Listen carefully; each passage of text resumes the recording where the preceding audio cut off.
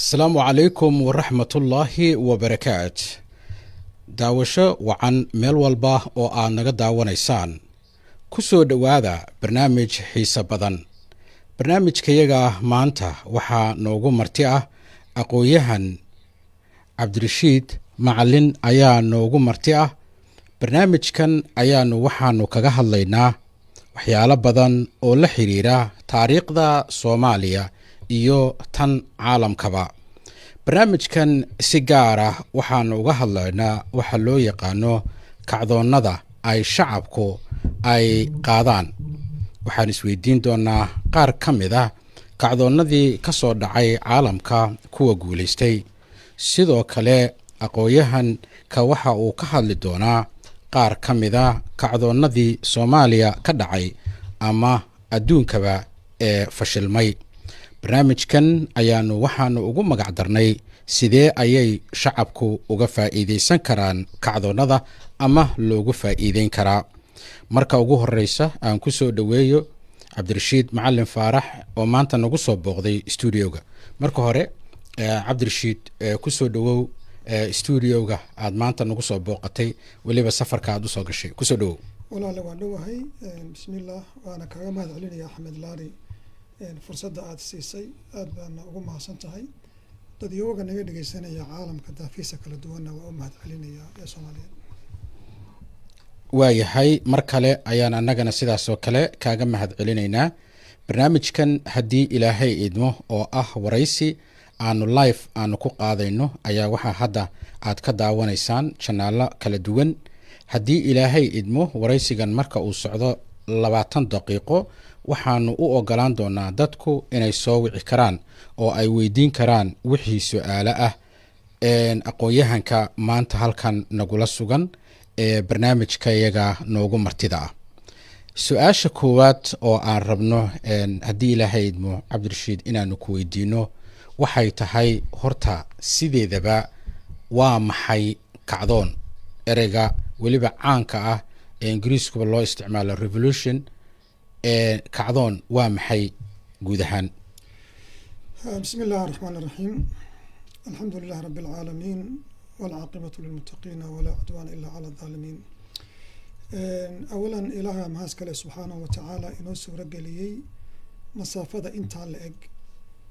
أنحاء العالم إن نكوض هذا الله يدو وليه مباشر أو توصى. ثم وحان مهد علينا يا فرصة أحمد لاري أديك يا بهذا ميديو هذه سيسين كقدرنا waxaan rabaa inaan mahadweyn u jeediyo ummadda Soomaaliyeed meel kasta joogaan oo ay iga dhageysanayaan hadda ama iga dhageysan doonaan. kacdoon luqada carabiga inta badan waxaa lagu yiraahdaa thawra ama revolution saa u sheegtay. thawraadku inta badan waa wax mujtamaca ka yimaada oo runtii asbaabta keentana inta badan waxay yiraahdaan min azamaatin camiiqatin wa mutaraakima. inta badan thawraadka waxaa dhaliya dhibaatooyin aad u foolxun, aad u gundheer, aad u xanuun badan. dhibaatooyinkaasoo haddana isdul fuulfuula oo aan hal dhibaato ahayn laakiin dhibaatooyin fara badan oo haddana muddo fara badan socda. markay taasi dhacdo mujtamacu markaa hal mar buu qarxaa. waxaa laga yaabaa mujtamacaasi inuu 10 sano jiifo, 15 sano jiifo, laakiin fi nihaaya waxaa dhaca markaa waxaa loo yaqaano kacdoon ayaa dhaca. kacdoonkana inta badan shacabka ayaa keena. shacabkuna sida aan kuu sheegay wuxuu u keenaa azamaad ama problems ama dhibaatooyin aad u gundheer oo haddana runtii isdul fuulfuulay oo ay markaa xamili kari waayeen. waayahay, taasi waa guud ahaan sideedaba waxyaalaha ama kacdoonkuba wuxuu yahay. waxaan rabaa kacdoonno badan baa jiray, ereygaas macno badan buu leeyahay, laakiin ma jiraa qaar ka mid ah kacdoonnadii ka dhacay caalamka oo aad jeceshahay bal dadkan inaad la wadaagtay, iyo kacdoonkaasi hadduu ahaa mid lagu guulaystay iyo waxyaalaha aad leedahay waxay sababay guulaha. inta aanan taa u gelin axmed, alkawaakib ninka la yidhaahdo wuxuu leeyahay kacdoonka intuusan dhicin waxaa shardi ah laysa wujuud bidulmi inuu dulmi jiro khasab macnihii su-aal kama taagna oo waxaa laga yaabaa isagoo dulmi jiro oo dhibaato badan ay jirto oo muddo fara badan ay jirto in dadka ama qofka markaa dhibkaa ku jira uu raadiyo xaalad uu isaga dhiga tiro oo uusan dulmigaas ka falcelin isagoo markaas ku sababeynaya in isagu nafsi inuu naftiisa badbaadiyo dulmigu muddu saan u sheegay socon karaa laakiin marka dulmigani uu meel gaadho karkaarkiisa uu gaadho inta badan waxay kawaakibku leeyahay cumuum alixsaasi bidulmi macnihi qof kasta maradiisa ku olasha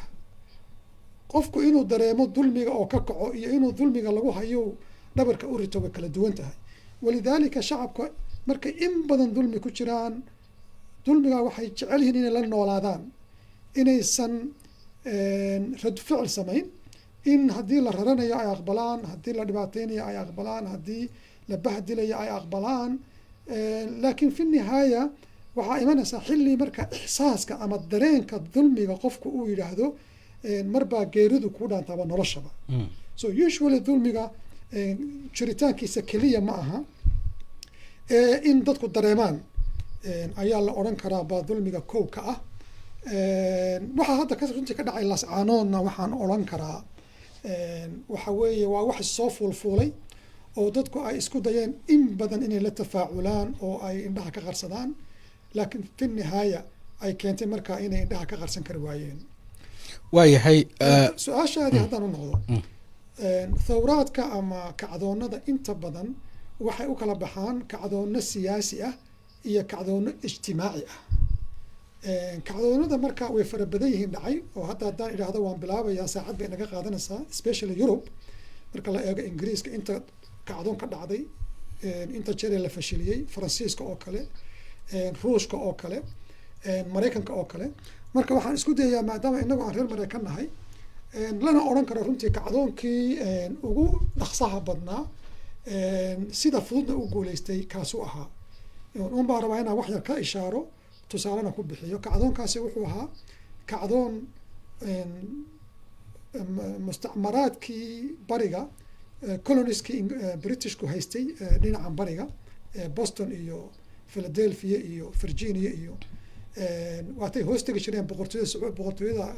ingiriiska marka waxaa la yidhaahdaa kacdoonkaasi wuxuu ahaa mid siyaasiya mid shacab ma ahayn waxaa waday nuqbada ama dadka meesha xukumayay baa waday baarlamaan bay lahaayeen madax bay lahaayeen waxaa dhacday marka George Washington oo kale nin beero badan leh buu ahaa nin dad badan oo gumaysto oo dadkii madowga ahaa ee adoomada leh oo beeraha u fali jiray buu lahaa Madison almost de wuxuu ahaaba isagu nin warshado badan lahoo la odhan karo wuxuuna noqday wasiirkii ugu horeeyay dhaqaalaha filaya warshado badan buu lahaa Thomas Jefferson isaga laftiisu saas u ahaa nin qaanuunyahana oo aan mar horena sheegay oo ahaa maaragtay dimuqraasiga ama dowladdan cusub ee Mareykan ninka sameeyay la odhan karo mufakarka uu ahaa ka dambeeya Jefferson waxaa la yidhahdaa Jeffersonian democracy baa la yidhahdaa raggaasi rag waxay ahaayeen nuqba ah ama ragga maanta heenka mujtamaca Mareykanka ee markaa hadday noqoto dhaqaalaha iyo siyaasadda jaangooya waxay ugu kaceen boqortooyada ingiriiska markaas waliba markaa waxaa haystay nin odhan jiray George Athalith baa boqorka ahaa dagaal xun oo muddo dheer socday wuxuu la galay Faransiiska dagaalka markuu la galay Faransiiska dhaqaalihiisii baa ku baaba'ay markuu dhaqaalihiisii marka ku baaba'ay boqorku marka ingiriiska oo kale inuu intuu ku dalaco lacag cashuur fara badan ma sahlaneen sababtoo ah inuu baarlamaanka House of Commons inuu mariyay ahayd walidaalika wuxuu dabcay markaas dhulkii uu xukumayay sida maaragtay Australia New Zealand North America oo dhan inuu ku daro lacag ka raadiyo marka cashuurtii uu ku badiyay cashuurtii hawa ku badiyay muu odhan baarlamaankiina mariya wuxuu yidhi waa amar idin siiya baarlamaankiina dhaafiya marka iyaga waxay yidhaahdeen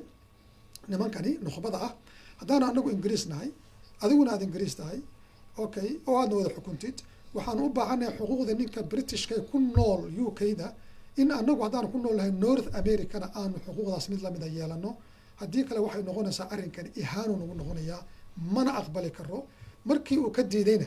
markaasay waxay ku dhawaaqeen declaration of independence-ka oo weliba ninka boqorka muusan kaga hadhin saase markiiba dagaal buu kusoo qaaday. dagaalka uu kusoo qaaday marka waxaa iyaga aada ugu hiiliyay runtii faransiiska oo aan waxba ula hadhin taakuleyntooda iyo the Atlantic Ocean u dhaxaysay oo ninkaas wuxuusan fahmin masaafada intaa leegu ka dagaalamayo inuusan marnaba aysan arrinta u fududeen. waayo markaad adigu ama cumuq ku jirtid ama aada masaafo dheero bad idiin dhaxayso, maraykan waxaa ilaaliya waa badaha, way ku adkaatay marka inuu fashiliyo towladaas. si sharaf leh ku dhamaatay, dastuur bay qorteen. waxaana odhan karaa maanta waxaan aynu ku naaloonano adduunka dhan bedelay equationkiisa waxay ku timid thawradaas oo ahayd laakiin thawra siyaasiya bay ahayd baan runtii baan odhan karaa ninka la yihahdo Axmed Lario. waayahay hadalkaagii hadda wax yar baad waxaad ka xustay xaaladda maanta hadda jirta ee dad badan oo Soomaaliyeedna ay aada u eegayaan oo ah kacdoon shacab oo aada u weyn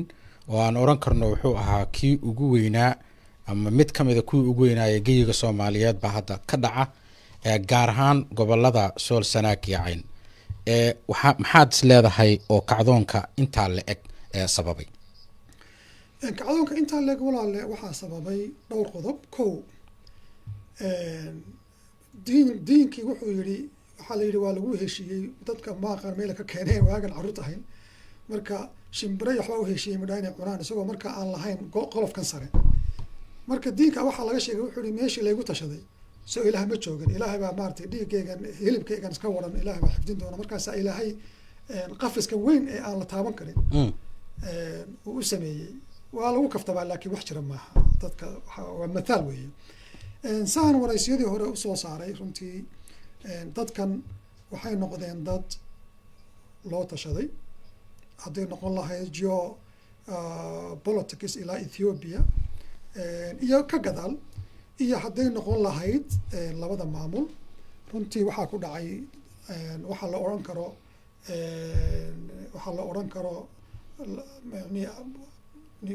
waa laisu qabtay. waxaa runtii daliilku ugu filan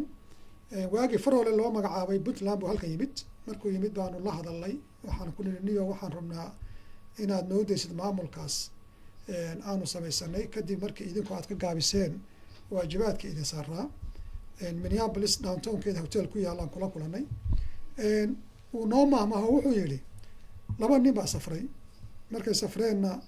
habeenkii meel gudcur ay seexdeen oo habeenkii markay meeshii seexdeen nin baa fulay ahaa buu yidhi. marka ninkan inta badan wuxuu jeclaa in uu dhexda galo. marka ninkiibu isleeyahay dhexda ka gal, marka xaggan uga wareegaa marna xaggan uga wareegaa midig iyo bidix. marka ninkii wuu dareemay ninkani inuusan seexan karin oo baqayo oo rabo inuu meel dhexa galo. marka wuxuu ku yidhi hebelow laba dhex male oo si kasta yeesha, haddaad xaggan iga martidna keliga adaa xagga ugu xiga, haddaad xaggan iga martidna adaa xaggan ugu xiga. marka wuxuu ka waday haddaan nahay Somaliland iyo Puntland cidi nooma dhaxayn karto ayuu ka waday. taasi waxay kutusinaysaa dee mu'aamaraadku inta ay la ekaayeen, siyaasiyiintoodii waxgaradkoodii. waad garan kartaa gobolkaas ismadii dhaqanka hadda ay imanayaan meesha say sheegeen, laakiin 12 sano 15 sano bay banaanka ka jireen. aqoon-yahan haddaanu ahayn, isima haddaanu ahayn, nin garbood haddaanu ahayn, wax kastoaan isku daynay way shaqayn waayeen. sababtoo ah laba aabur baanu galay iyo weliba kuwa kasii fog. laakiin waxaa cajiib ah oo in badanna aan sheegay in dulmigu inta uu shaqeeya way kooban tahay, waqti unbuu u baahan yahay, laakiin zawaal baa u dambeeya. kadib markii anigana laba dublana loo qabtay waxba aan dhaqaajin kari weynay, zamanka un aan noqotay bacdallahi inaanu sugno. waxaa la gaadhay marka shacabkii, marka dadkii meesha joogay ee dhib ku dhacayay, in marka dhibkii biyaha haddaad 100 dhaafsid degree way karkarayaan, haddaad kasii badisna maxaa dhacaya, daboolkay tuurayaan. soo dadkii baa markaa daboolkii tuuray oo ka doorbiday inay dhintaan inay ku noolaadaan dulmi iyo maaragtay ihaano. marka sidaasaa keentay arrintan lascaanood oo dulmigaana runtii uu kow ka ahaa. laakiin waxaan odhan karaa mathalan markuu dhaco kacdoon macnihiisu muxuu yahay? kacdoonku wuxuu ka duwan yahay wax tadriij ah oo ama inta meel nuqba fadhiisatay wixii oo dhisan. mathalan hadda Somaliland oo kale haddii la yidhahdo hala saxo sistamkeeda waxbaa dhisan, dastuur bay leedahay, baarlamaan bay leedahay, guurti bay leedahay, madaxweyne leedahay. marka nukhbadaasa markaa hadday xitaa wax jadri bedelaysaa, laakiin inta badan usually kacdoonadu way ka duwan yihiin. kacdoonadu waxaa la odhan karaa waa fulkaano qarxay. fulkaanuhu hadduu qarxa marka in la dabti lagu sameeyo la xukumo iyo in xataa outcomekiisa la ogaado ayaad moodaa runtii inay aad iyo aad u dhib badan tahay. horey inoo soo martay soomaaliya taariikhdeeda dib ugu noqono aan xataa fogeyn ee xilligan dhow ahaa, mathalan dowladdii askarta runtii oo la odhan karo maraaxil bay lafteeda soo martay. xilli ay dowlad ahayd wax qabanaysaa, waxay rabto ha aaminsanaato, iyo xilli ay uun intay qabatay dib u cunaysay. usuallyna dictatoriyaddu waa saas, way dhisaan laakiin fil akhiir iyagaa dumiya. xilligaas markaa jabhadaa abuurmay. jabhaddii USC baa ka mid ahayd, SNM baa ka horreysay, SSDF baa ka horreysay. jabhadahaas oo dhan waxay ahaayeen kacdoon oo laakiin caskari ah bay ahaayeen. kacdoonka marka caskariga ah markuu dhaco oo ay nukhba wado, nukhbadaasa waxaa markaa la rabaa in ay itijaah u saarto, ama mufakiriinba haddaan si kale u idhaahdo, dad fakeraya oo waxa maanta ka fog ku fakeraya, oo kacdoonka shacabkan uga faa'iideynaya inuu meel beri ammaan u gaadho, meel nabadeed u gaadho, ahdaafta ay ka leeyihiinna ay higsan karaan oo gaari karaan. walidaalika waxaan odhan karaa dhaqdhaqaaqyadaas intooda badani waxay ku fashilmeen in ay arrintaas ay dabtigareeyaan oo ay qabtaan. mathalan haddii aan hadda wax yar ka ishaaro, mathalan somaliland oo kale, SNM oo kale, ama US oo kale, SNM oo kale kusoo qaado, markuu kacdoon dhaco usually waxyaalaha ugu muhiimsan ee la rabo oo saameynta ku yeesha waxaa ka mid a waxa loo yaqaano azaman wathaman. kacdoon kastaaba zamanka uu socdo in la xadidi karo, thamanka ama waxa la odhan karo macnihii priceka ama qiimaha lagu bixinayaana in la koobi karo. mathalan anigu waagaa waan joogay waqooyiga, waan imid markii 91kii ay soo galeen. runtii waad ka naxaysaa, sababtoo ah SNM oo kale markii hore dastuurkooda uguma jirin go-itaan wax la yidhaahdo. waxaa ugu jiray in ay systemkan kaligii taliyahaas ka saaraan, then markaa Soomaaliya dib loo wada hadlo. cala alaqala haddii xataa ugu fogaadaan inay tirsanayeen hadday ahaayeen 2 gobol oo midoobay, waqooyi iyo koonfur. waqooyi in la gacan bidixeeyey ilaa 60kii ayna xaq u lahaayeen arrimahana dib la isugu baandheeyo. laakiin ka gadaal markii dadkii soo dagaalamay oo soo kifaaxay ay arkeen dhibka ku dhacay, markay arkeen magaalooyinkii Hargeysa iyo Berbera iyo Burco oo noqday madxaf loo daawasho tago sida loo burburiyey, markii diyaaradihii qaranku lahaa iyaga loo isticmaalay iyo taangiyadii, markii shacabkii aada loo dhibay soo noqdeen, then waxaan odhan karaa waxay bixiyeen thaman bay bixiyeen, thaman aada u qaaliya bixiyeen oo ah inay wax kasta lumiyeen. qofku markuu wax kasta lumiyo marka wax badan baa ka hoos baxaya, sababtoo ah cadhadiisa ayaa waxay ka qaalib noqonaysaa fikirkiisa mustaqbalka ah. walidaalika shirkii Burco waxaa igu soo gaadhay Cabdiraxmaan Tuur inuu yidhi haddii aad maanta nagu khasabtaan in aan go-ono, ilaan wuu ogaa nin diblomaasi weligii ahaa wax kala garanaya, 30 sano ka bacdi idinkoo waxba hayno kala socda baad koonfur u tegaysaan. waana hadda waxa runtii fafaalaha muuqdaana saas weeye. lilasaf runtii aad baan uga xumahay, sababtoo ah hal guri oo gubta Soomaaliya waxay la mid tahay iyadoo kuwii kale ay wada gubteen ama dib u dhaca. runtii hanashada thawraadka hadda tallaascaanooda kale caskari maaha, waa shacab weeye, waa dumar iyo ciyaal la laayay oo karkaarkii dhaafay cadhada oo karkaray. arrintaa lafteeda hadda sida tan aan u sheegay wax badan waxay ku xidhnaan doontaa, gadaal baana ka sheegi doonaa. athaman wazaman, hadda ciidankay Somaliland waa hareereysan yihiin, dadkan inay helaan xorriyadooda iyo jiritaankooda iyo damiirkooda insaaniyad inay helaan waqti intee lag bay qaadan doontaa. thaman ama price ama qiimo intee lag bay ku kici doontaa. ma magaalada dhan baa dumi doonta, ma kumanaan baa dhiman doona, ma dagaal qabaa'il oo ceelasha iyo laysku laayo tuulooyinku noqon doonaa. waxaasoo dhan waxyaala majhuula hadda aynan saadaalin karin, laakiinse usually intaa marka laga yimaado mar kasta waa in la helaa haddana cid u tooga haysa oo maaragtay waxaan eegta oo ka fekerta oo ka digta oo maaragtay isku dayda in kacdoonkaas mujtamaca sida ugu saxan looga faa'iidaysto ee aanay dad kale oo aan ehel u ahayn aysan ka faa'iidaysan, amaba aan la gaadhsiin meel aan laga soo celin karin. waayahay waxaan rabaa inaan su-aal kaa weydiiyo. badanaa kacdoonada ha ku bilowdaan marka hore tabasho mujtamacu ay ama cabasho ay bulshadu wax ka cabanayaan ama ku eedeynayaan markaasi cidda markaasi awamiirta haysa waxay ku bilowdaan qaab shacab ah waxayna ku dambeeyaan qaab caskari ah ama ciidan ah xataa haddaad fiirisid tan Soomaaliya intayan wadanku jabhadaha soo gelin waxaa jiray buuq tusaale ahaan ka jiray iyo banaanbaxyo dadku ay isku soo baxayeen mararka qaarkood ama ay qorataano xagga warqado la daadin jiray waxyaalo noocaas oo kale marka hadda tan ka taagan gobolka Sool oo kale ma kaysan kartaa banaanbaxan ama kacdoonkan shacab mid ciidan haw kaysan karaa waana waxyaalaha runtii baqdinta iyo murugadaba yeelan kara kasoo qaad markii shacabka reer Hargeysa ay mudaharaadeen waa la laayay layntaas marka waxay ka dhalatay marka haddii la laayay ana marka waa inaan qori baa iga celiya waa inaan gacan ka hadlo marka inta badan hadda shacabka lascaanood oo kale dumarkii ciyaalka way hadleen dan baroon iyo waxaa lagu weeraray dhishika kabacdi marka waxaa dhacday in dadkii qayb ka mid intay is abaabuleen saldhigyadii ay joogeen magaalada gudaheeda iyo meelihii ciidankoodu ka fadhiyay magaalada gudaheeda inay hal mar wada weeraraan 15 daqiiqana kaga saaraan way ka baxeen runtii aan oran karo waliba fikirkaasi fikir fiican oo ay asiibeen ayuu ahaa waliba aan uga mahad celinayo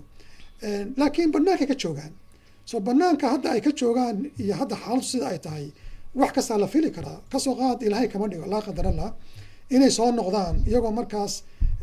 ka organize garaysan ka diyaar garaysan sidii hore ay u ahaayeen kasoo fikiray waxa ay sameynayaan hadday sameynayaan genocide iyo hadday magaalada gubayaan iyo hadday wax kaleba sameynayaan okay magaaladii marka ma daawanayso sababtoo ah magaaladu marnaba ma aqbali doonto inay intay hubka u dhigaan ay isu dhiibaan oo marka ay usoo gurgurtaan ma dhacayso walidaalika inta badan gacanka hadalka ama in la isticmaalo qoriga ama bunduqa waxaa ka horeeya marka hore in la caburiyo qowlka sababtoo ah insaanku wuxuu bahayinta kaga duwan yahay inay wada hadlaan marka la wada hadlo waxba ka soo baxaya laakiin haddaan ku dhahdo adigu kelmad ma lihid anaa kuu dowlada anaa wax kuu go-aaminaya anaa masiirkaaga aqaana therefore aniga either my way or the free way hadday noqoto then waxay noqonaysaa markaas in gacan la isula tago arrinkaasina markaa waxaa ka dhalanaya cawaaqib aynaan maanta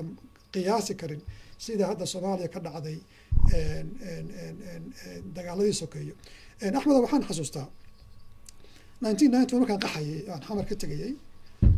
Kismaayaan u qaxay anu markaa waxaan islahaa markuu saad bartago soo noqo islahaa oo de marka dawlad la dhiso Muqdisho ku soo noqo oo markaa wixii aad qabsan kartid qabso de anu ma filayn ilaa hada alxad waxa dhacay ma filayn Muqdisho markaan ka tagay oo Kismaayo aan aaday waxyaalaha cajiibka ahayd waxay ahayd waxaan arki waayo dhulkii Muqdisho ilaa Kismaayo waxaan arkayay ama cambayaal ama moos ama dhir kale oo beeraan arkayay yani waxyaalahaas oo kale waa wax cajiib ah oo wax badan baa la qabtay laakiin waxay ahayd in wax lagu daro usually waxaa fiican inta badan kacdoonku inuu wax soo biiriyo laakiin inuu intii la haystay dumiyo runtii waxa weeye nasiib darrada ummadda Soomaaliyeed aanay marnaba ka faa'iideysan weeye oo u baahan in dib loo eego waayahay Soomaaliya gudaheeda haddaan wax kaa weydiiyo dowlad military ah wadanka ka talinaysay system kala duwan wadanka uu soo maray Soomaaliya oo ka mid yahay systemkii shuuciga ahaa iyo dimuqraadiya ee dadku markaa ayaan aqoon u lahayn ama ayaan fahminba qabyaaladina waa jirtay jabhadaha kacay jabhadihii markay xukunka rideen meeshii waxaa ka dhacay xasilooni darro badan qaar ka mid ah jabhadaha sida GSC oo kale ilaa iyo burburkeedii xamar waxaad ogtahay muddo badan u socday dhinaca waqooyi naftigeeda siyaasadii waa la isku qabto dagaal qabiil baa ka dhashay haddaan ku soo dhawaado kacdoonkan hadda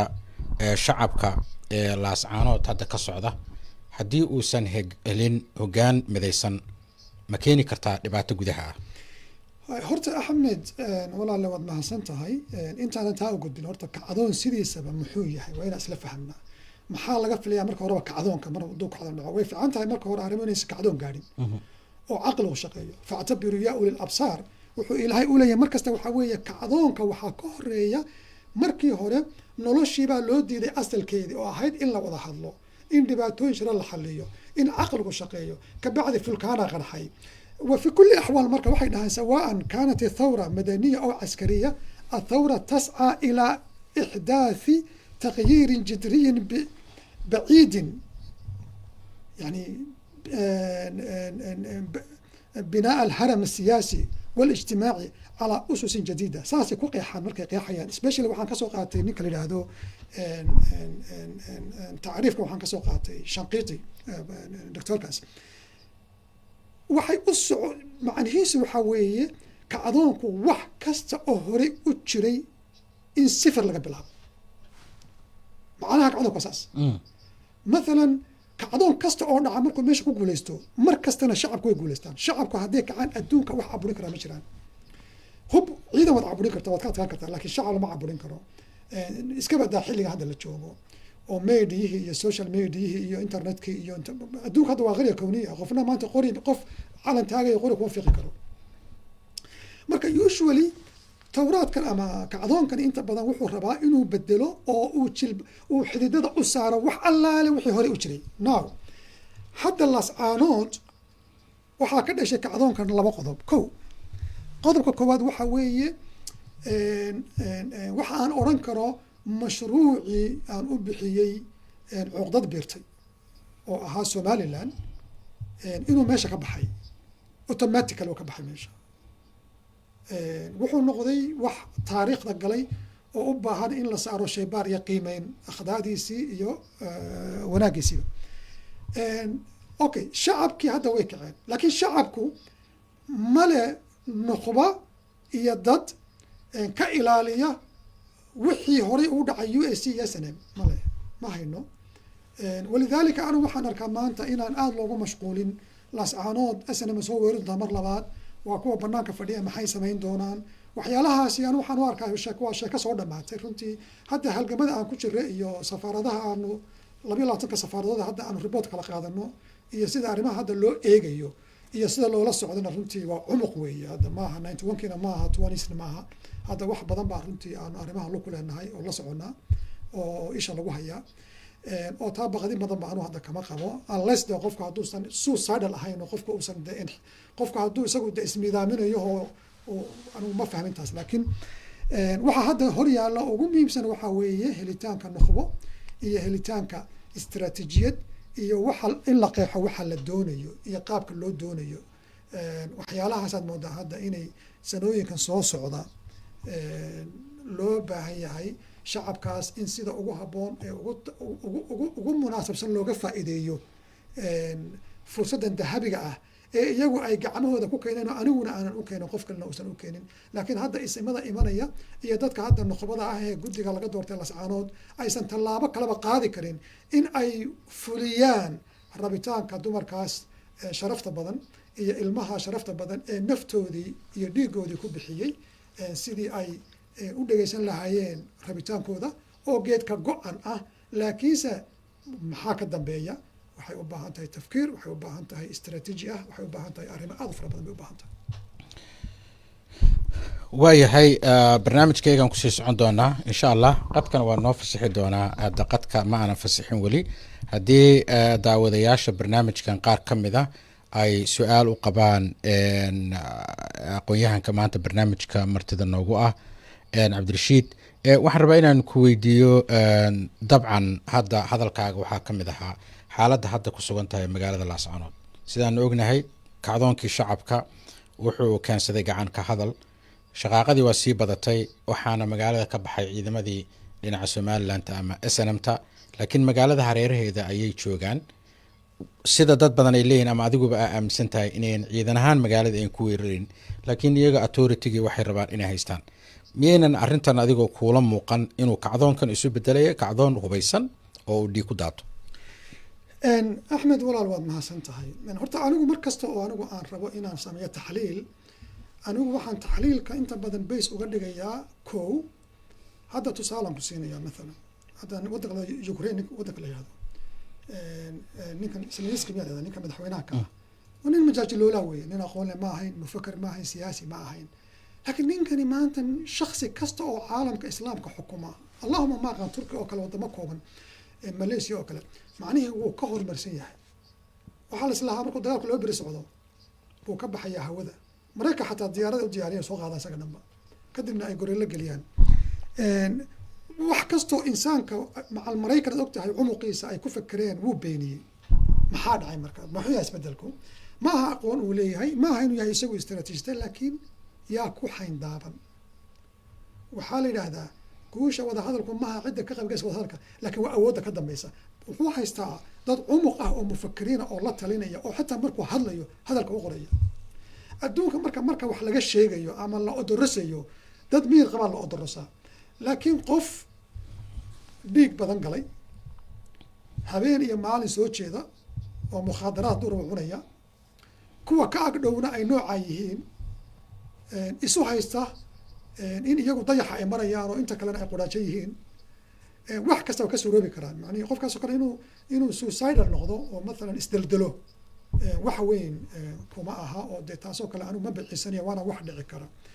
laakiin aniga runtii taa uma arko hadda mixwarkayga because taas waa taa sheegay oo waxa uun ay soo hoosgelaysaa azaman wathaman dadkani maanta waxay diyaar u yihiin inay masaladani waqti dheer ku qaadato oo aanay marnaba isdhiibin oo doonitaankooda ay ka run sheegaan oo ay arkaan iyagoo xor ah oo soomaalida kale wax la qaybsan karaa inay arkaan bal ay u ahaayeen hormuud inay kaalinkooda kusoo noqdaan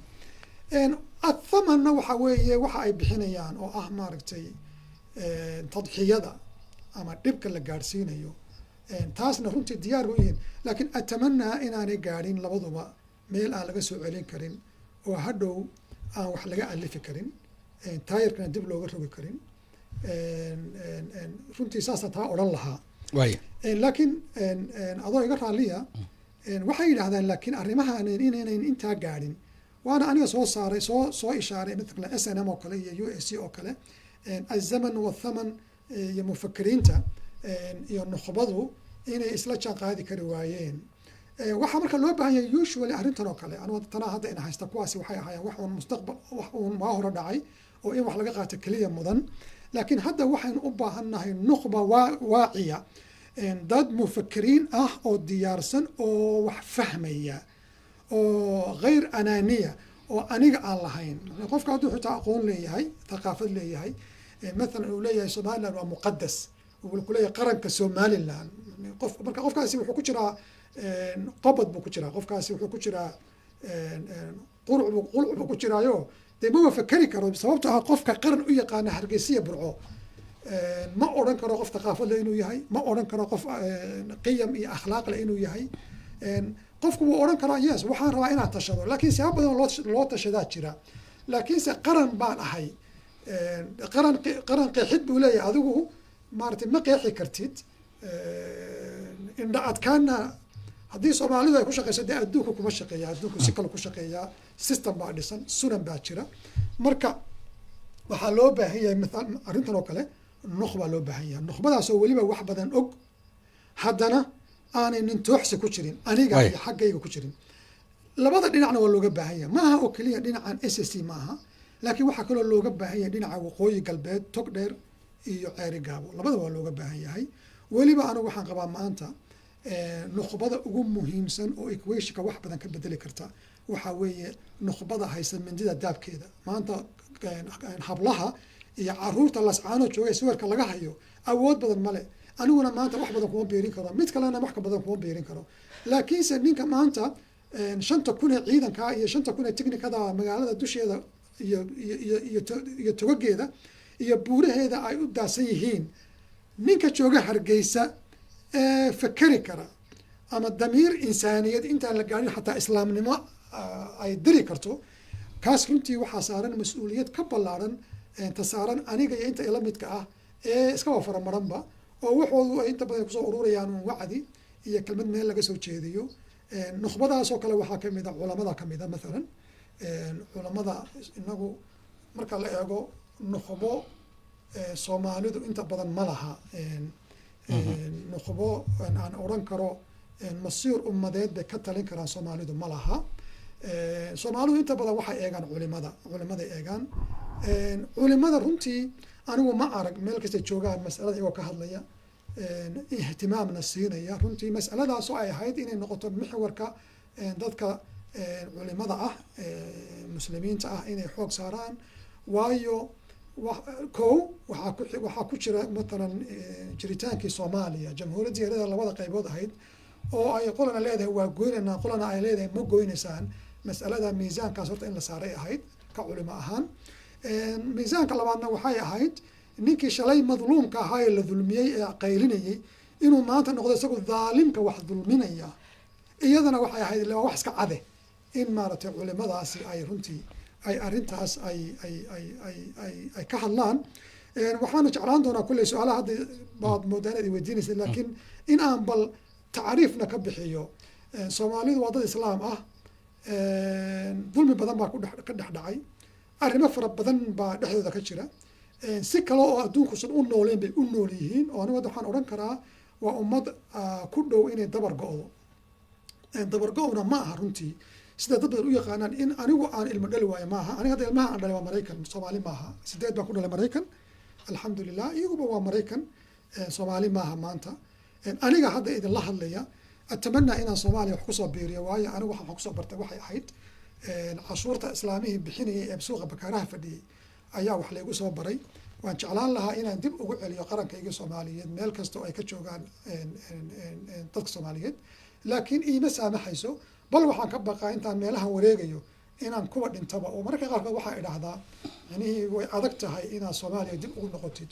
أو يجنا أتكفى ديستيت كقلبي أهان يا كوحهان iyagana aad u faa'iideysid sababtuna ay tahay waxa ka dhacay marka taas insha Allah dib baan u soo noqon doonaa nuqbada iyo culimada ayaa waxaan ka oran doonaa insha Allah asbaabta ay Soomaaliya taasiir ugu yeelan waayeen iyo Soomaaliya yaa u maqan aad iyo aad baad u mahadsan tahay waxaa jira dabcan dhowr su'aalooda kale ii qoran anoo aan faala dheer u gelin su'aashani waxay leedahay sidee shacabka loogaga faa'iideyn karaa kacdoonada ama kacdoonka shacabka ay qaadeen tusaale ahaan hadda shacabka gobolada Sool Sanaag iyo Cayn kacdoon aan laga arkin taariikhda Soomaaliya ayay aad moodaa hadda inay shacabku dhalinyarada iyo haweenka iyo ay sameeyeen iyo mujtamacuba marka kacdoonkaas su'aal baa ka iman karto ah bulshadii way kacday sidee mujtamacaas looga faa'iideyn karaa kacdoonkooda أحمد والله ما صنتهاي أنا رأيي كل شخص جا وحنا لا هاي كو أريمها سيوك له الريان يا عن شيء لهم حاول نشرين سيوك لوك لقى سماها إنه نحاول نشري هرب هذه أنا موقت أوضع عميد سيوك له سريان باللوك لقران مركا أنا وحنا الله هذا أرنت هو رئيس مهم كوحوية مقاصد الشريعة وحاكم إذا حفظ النفس باكم إذا مقاصد الشريعة ولمدن ويدري سنيا أهداف تقوى وين أو إلهي الدين تنوسو تشيو كله هيبة waxaaba ugu horeeya horta qofka in la ilaaliyo maaragtay naftiisa xataa maka oo wax la gaarsiiyo waxa ka tahirsan iyo masaajidba nafta in la ilaaliyo anigu waxaan oran lahaa kow in nuqbada ama dadka aqliga u saaxiibka ee musabixi ka agdhow inay xoog saaraan in aan dhibku inta ka badan si ummadaasi aanay usii kala fogaanin oo dad ehel ah oo dad walaalo ah gabadha ariga ku raacaysa caynaba ama ku raacaysa ceeri gaabo ama ku raacaysa berbera iyo gabadha buhoodle ku raacaysa labaduba waa gabdhahayga weeye waa gabdhaha u baahan in nolol loo sameeyo ee aan u baahnayn in noloshooda god lagu sii rido taasi waa kow qodobka labaad oo aan odhan karaa dhinacan Sool iyo Sanaag iyo Cayn ayay iyaduna ay ku wajahan tahay waxa weeye yes shacabku wuu hadlay kacdoonkiina wuu dhacay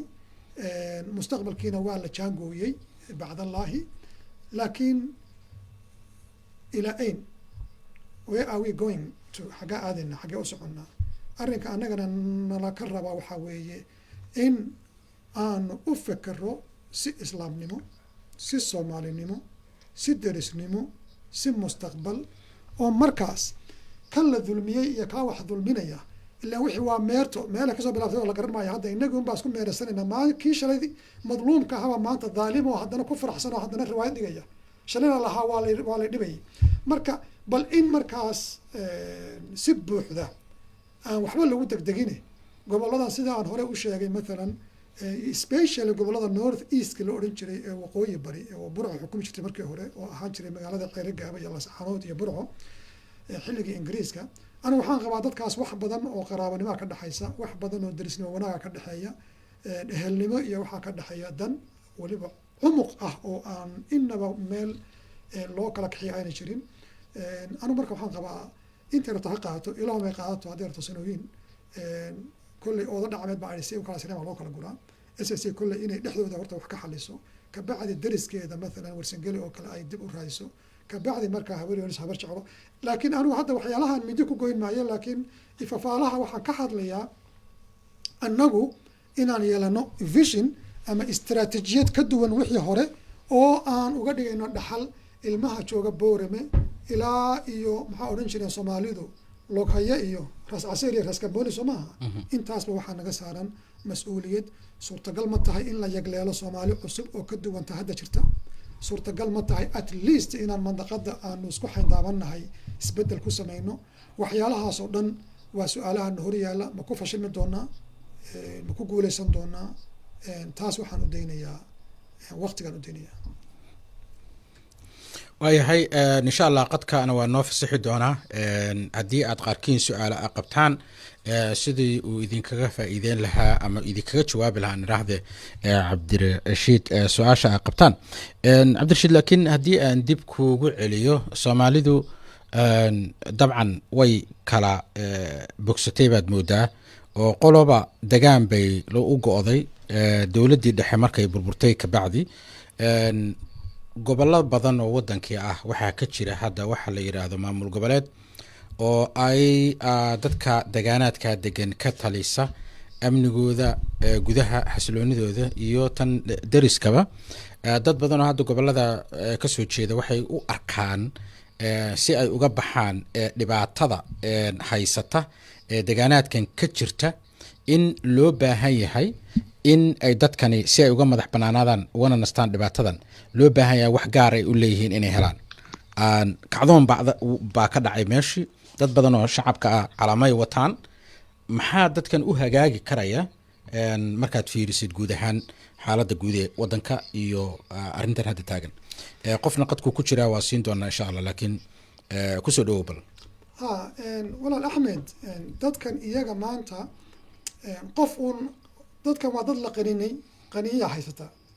iyagu hadda waxa kaliya samayn karaan waxaa weeye inay qaniyadaas ka fujiyaan bas waa intaas adiga waa lagu qaninay qof baa ku qaninay wuu kugu dhegan yahay gabadhan yar iyo ilmahan yar iyo maamadani waxa uun hadda u muuqata inaysan qaniyadani kusii hayn aysan kusii jiri karin intaa wax ka baxsan ayagu ma hayaan marka kuwii hore oo la sameeyey lafteedu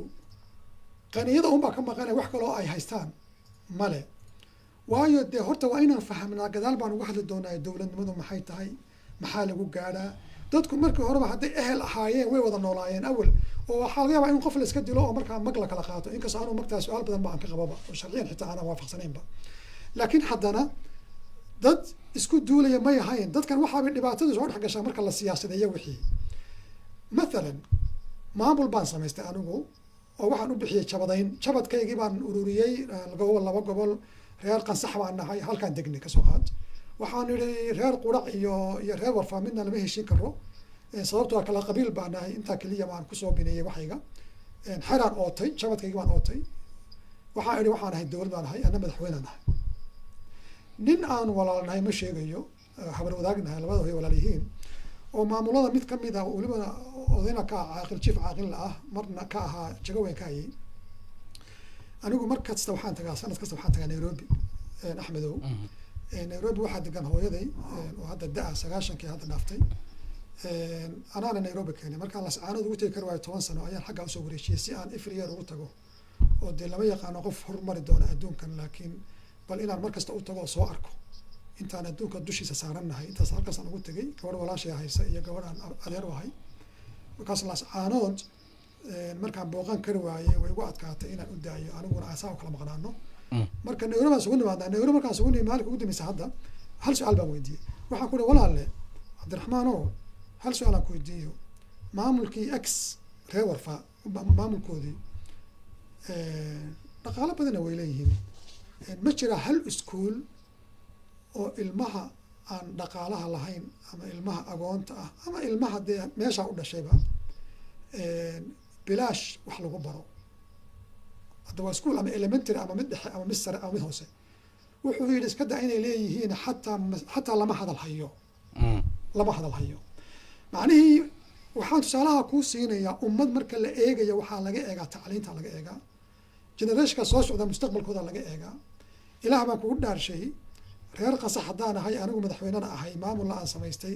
maamulkaana aan u samaystay waxaan rabaa xorriyad iyo horumar iyo dimuqraadiyo oo aanan local governance lahayn oo aanan tuulooyinkaygu aanay lahayn doorasho hoose oo local aysan lahayn oo anigu aanan dooran karin guddoomiyahayga iyo ka waxbarashada iyo aanan dooran karin oo anigu aanan dooran karin iyo booliiskayga ninka chiefka xukumaya oo aanan dooran karin amnigayga oo aanan dooran karin dhaqaalahayga oo aanan dooran karin qofka baarlamaanka xataa federaalka ii geliya oo aanan dooran karin xataa ka ii geliya baarlamaanka maxalliga ah macnihii in aan badino dilaalada mooyaane anigu wax kaloo aan ku sheegi karo dee ma jirto sababtoo ah maamulka dhan marka la eego halkaa qof baa iskale isagaa xildhibaanada iskale isagaa lacagtii iskale isagaa masiirkii iskale isagaa meeshuu raba la aadaya aniga maxaan rabaa markaa daba haddaan amni haysto oo aan reer quracna aanaan isu imanayn gurigayguna ii nabad yahay gaajana aan ku seexanayo ilmahaygana aan wax la ii barayn raalli baan ku ahay marka dadkani haddii sidaa lala rabo waa loo samayn karaa haddaba way fududahay iyaga xataa inta waa garan karaan inay dhahaan hadda matalan kasoo qaad sool sanaag cayn maamul aan ka samaysano laakiin maamulkaasi muxuu qaban karaa muxuu noqon karaa sidee loo samayn karaa ujeedada laga leeyahay maxay tahay adduunka inta aan la dhisin maamul waa in la dhistaa framework wax loo yaqaano ama haykel frameworkaas intaadan dhisinna waa inaad dhistaa istiraatiijiyadda maxaad ka leedahay maamulkan mathalan jaamacadda hadda Minnesota waxay ku jirtaa 10 jaamacado adduunka Mareykan ugu sareysa ku jirta boqolka sane ee soo socota manhajka marka la dejinayo boqolka sane ee soo socota ilmaha laga doonayo reer Minnesota inay jaamacadaha ka baxaan waxa ay noqon doonaan ba marka la dejinayo kadib markaas la dejinayo marka jaamacadda wax lagu dhigi lahaa kadib markaas la dhigayaa muqarrarkii iyo manhajkii so waxaas oo dhan waxay u baahan yihiin marka in si cumuq ah looga fikiro iyadoo kala sareeya inta aan looga gelin markaas maamul inta nin qaato uu u bixiyo sumadii jilibkooda xataa reerkooda maaha waa jifidooda soo dadku waxay ka carareen Soomaali jifid u carareen waa sax waaye qofka qadka ku jira assalaamu calaykum السلام ورحمة الله وبركاته walaal ku soo dhawow barnaamijka haddaad rabtid inaad weydiisid su'aal martida Cabdirashiid ama haddaad rabtid inaad erey tiraahdid headphone-kan insha Allah gasho saad u maqashid codka ku soo dhawow waa ku dhawahay aad baa idin salaamayaa Cabdirashiid waxaan weydiinayaa professorka saddex su'aalood reer SSC caqabadaha hortaagan inay maamul samaystaan maxaa ka mid ah talabaadna waxaa weeye baaqi isimadu ay soo saareen iyo garaadadii oo ah inay waddanka nimanka ka baxaan hadday ka bixi waayaan maxaa ummadda reer SSC ugu baaqaysaa isimadoodina way hadleen oo waxay yiraahdeen waddanka ka bixi mayno intaasaan weydiinayaa Cabdirashiid magacaaga walaal ii sheeg maxamed baa la yiraahdaa walaalle okay maxamed walaalle marka waa laba su'aalood ma saddex labada su'aalood baan rabay inaan ku weydiiyaa saddexda isimadii baan ku daray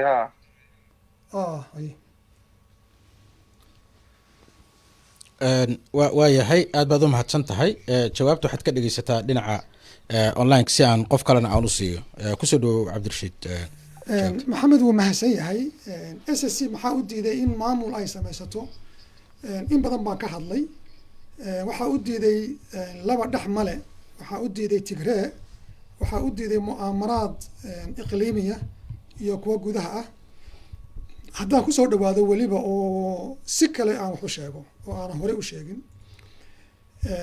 mantaqadan laascaanood ay ku taalo marka loo eego Soomaaliya waa mantaqad istiraatiiji laba nooc bay ku tahay istiraatiiji kow waa meesha isku xiri karta oo kala goyn karta Soomaaliya qof kasta cirka haboodo ha soo dhaco oo fil akhir waxa mid baa oran jiray duugeeda halkaas la isugu imanaya asalku wuxuu ku soo ururaya oo laascaanood muxuu yahay mowqifkeedu marka veto powerka Soomaaliya in la kala gooyo iyo in la isku hayo waxa haysa waa laascaanood ka jooga Hargeysa ma hayo ka jooga Garowana ma hayo qodobka labaad oo SSC inay maamul sameysta u diiday waxaa weeyaan odhan karaa iyadana saad og tahay somaliland inay jiritaankeedu wuxuu ku xiran yahay lascaanood marka lascaanood hadduu jiritaankeedu ku xiran yahay waxay raadinaysaa marka inay maamul samaysto marka diyaar uma ahe waa inay millions of dollars ku bixiso laaluush waa inay ku bixiso inay 5,000 oo ciidana meelaha wiilal yaroo jaad cunaya la orordo waa inay caalamka been iyo awhaam ka gado waa in adiga lagugu mashquulo oo lagaa lacag badan yahay oo lagaa ciidan badan yahay oo lagaa afdheer yahay oo 30 sano la gaamuray in adiga markaa shaqo lagaa dhigto oo ah jiritaankaagu waa jiritaan la-aantayda qodobka ah oo ay iska dhaadhiciyeen laakiin ay tahay sida kale on the other hand ay tahay runtii dhinaca puntland lafteedu hadda waxaa iga muuqda ifafaalo ah dadku inay baraarugeen oo dhaheen enough is enough dadka u dhashay puntland ahelka nahay maamulku I don't think inuu weli baraarugay ama xadkii la rabay uu gaadhay laakiin inay dani u run sheegtay iyaga oo hadda laakiin sidii horeba aan ku hormariyey waraysiyadeedii hore caqabada ugu badan wuxuu nagaga dhacay maamulkaasuu nagaga dhacay runtii su-aashan ah baaqi isimada haddii lagu bixi waayo kelmadda haddii mar hadday gasho jawaab male waxa weeye su-aalaha waxaa jira qaar waqtigu ka jawaabo marka iyaga oo kale waxaynu u reebaynaa waqtiga sababto ah xaalad kastaa waxay leedahay go-aan gaar ay leedahay wax aan dhicin marka hadda u magac bixin kara mayno inaynu sugno weeye oo markaas waqtigu uu ka jawaabo insha allah waxa ay sameeyaan markaasa waxaa ka dhalanaysa marka insha allah waxa loogu jawaabi karo iyo xaaladda marka aan ku jiro oo dadka maartay ahlulmaka adraa bishacaabiha dadka markaa meeshaa degan ayaa naga og marka iyago go-aanada ay qaadan doonaan iyo jawaabta ay bixin doonaan aad baad u mahadsantaha qofka qadka kaga jira minneapolis kusoo dhawow su-aashaada haddii lahayd magac السلام عليكم alo السلام عليكم أنا سمع adiga way kusoo dhawow السلام يا أديك يا عبد الرشيد به كنت سر عن ربينا بحيو سات أوكي ها أوكي محمد بليلة والله هاي محمد آدم بليلة ده كنتي أريمها زاد كالسان و arrimo muhiim ah waan dareemayaa marka runtii waa la daalay in badan baa maaragtay in maamul la sameeyo ayaa arrimahaas lagu dadaalayay welina wax ma hirgelin marka runtii aniga waxaan qabay oo aan dad badanna ka wada hadalnay oo dad badan isku khilaafnay arrin oo cabdirashiid uu hadda maaragtay uu si fiican u dhigay maalin uu waraysi bixiyey oo ah inaan lafcaanood laga asaasi karin maamul dhinacan maaragtay waqooyigana difaac uga xidhan yahay dhinacan puntland xigtaa tukaraqna difaac uga xidhan yahay wax suuragala maaha waa in lala yimaado maaragtay aragti kale oo aanin labada dhinacba difaac uga xidhnayn wayna garanaysaan dee dhinacan maaragtay garoowe runtii waxaa loo baahan yahay dadaal badan iyo karti lagu kasbado ama lagaga soo qanciyo halkaas inaynu noqono laba maamul oo aan col ahayn deris ah oo iscaawiya maamulka puntland waa ogtihiin yani awoodda uu ku leeyahay soomaaliya maamulka jubbaland oo intaa u jira isagaa maaragtay dhistay ama iskarab taagay marka inagaan maamuladii aynu sii mari lahayn ba aan sii marin baynu maaragtay collaytan iyo ama maaragtay si kale ula dhaqanay dabeetana de waxayna way fashilmeen marka maanta waa in tii laga taxadiro anigu qabaa oo maaragtay intaan xamarba ama la eedayn ama la gelin in campaign la sameeyo maaragtay garoowe iyo kismaayo iyo meelaha kale aynu soo marno oo maamulkeena in lasoo bisleeyo garoowena wayno aad iyo aad bay muhiim inoogu tahay waynana caawin karaan haddii dee la isqanciyo marka halkaa waa in wada hadalka laga galo dabeetana maamul dee xagga dhinacaas soomaaliya o dhan laga ogol yahay haddii aan helno kan kale waa ka adkaan karnaa laakiin haddii dee soomaaliya o dhan laynagala dagaalamayo dee meel maamul ma dhisan karno marka anu intaasaan comment isku dari lahaa aad baa umastay walaal maxamed aadan aad baa umastay waa sax weeye waayahay jawaabta dhinaca online-ka ka dhegeysa haddii lahayd ma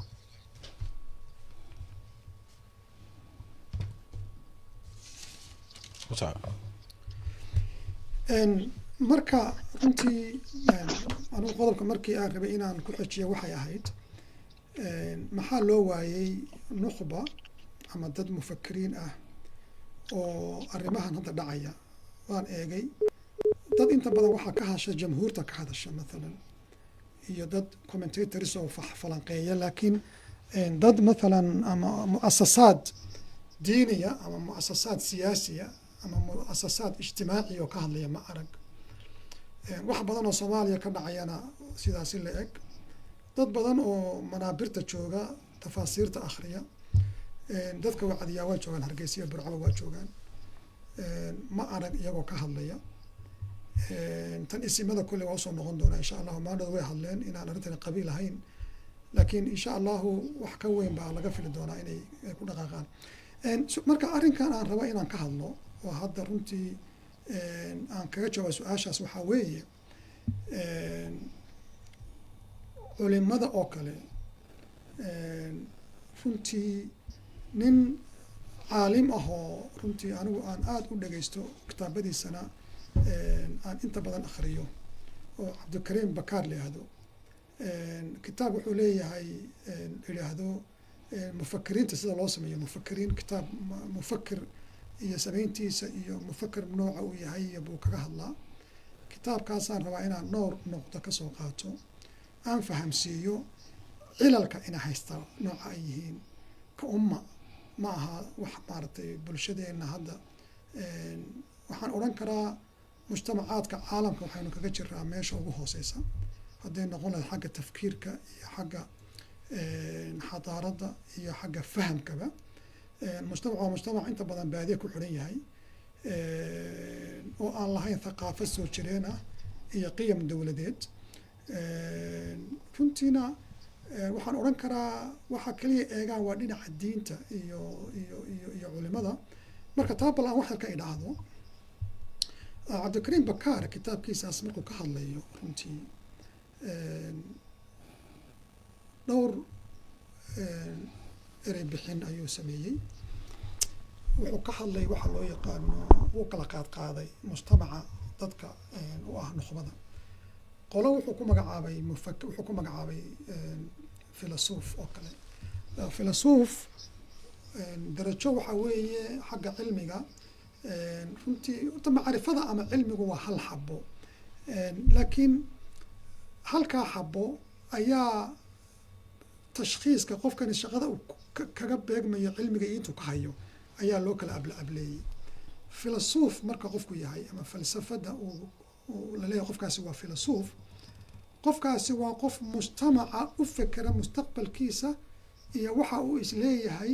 meel buu ku gaari karaa qofkaasi inta badan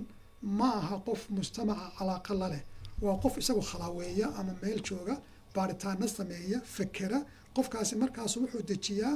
mabaadi iyo qiyam uu isleeyahay ummadani waxbay ku noqon kartaa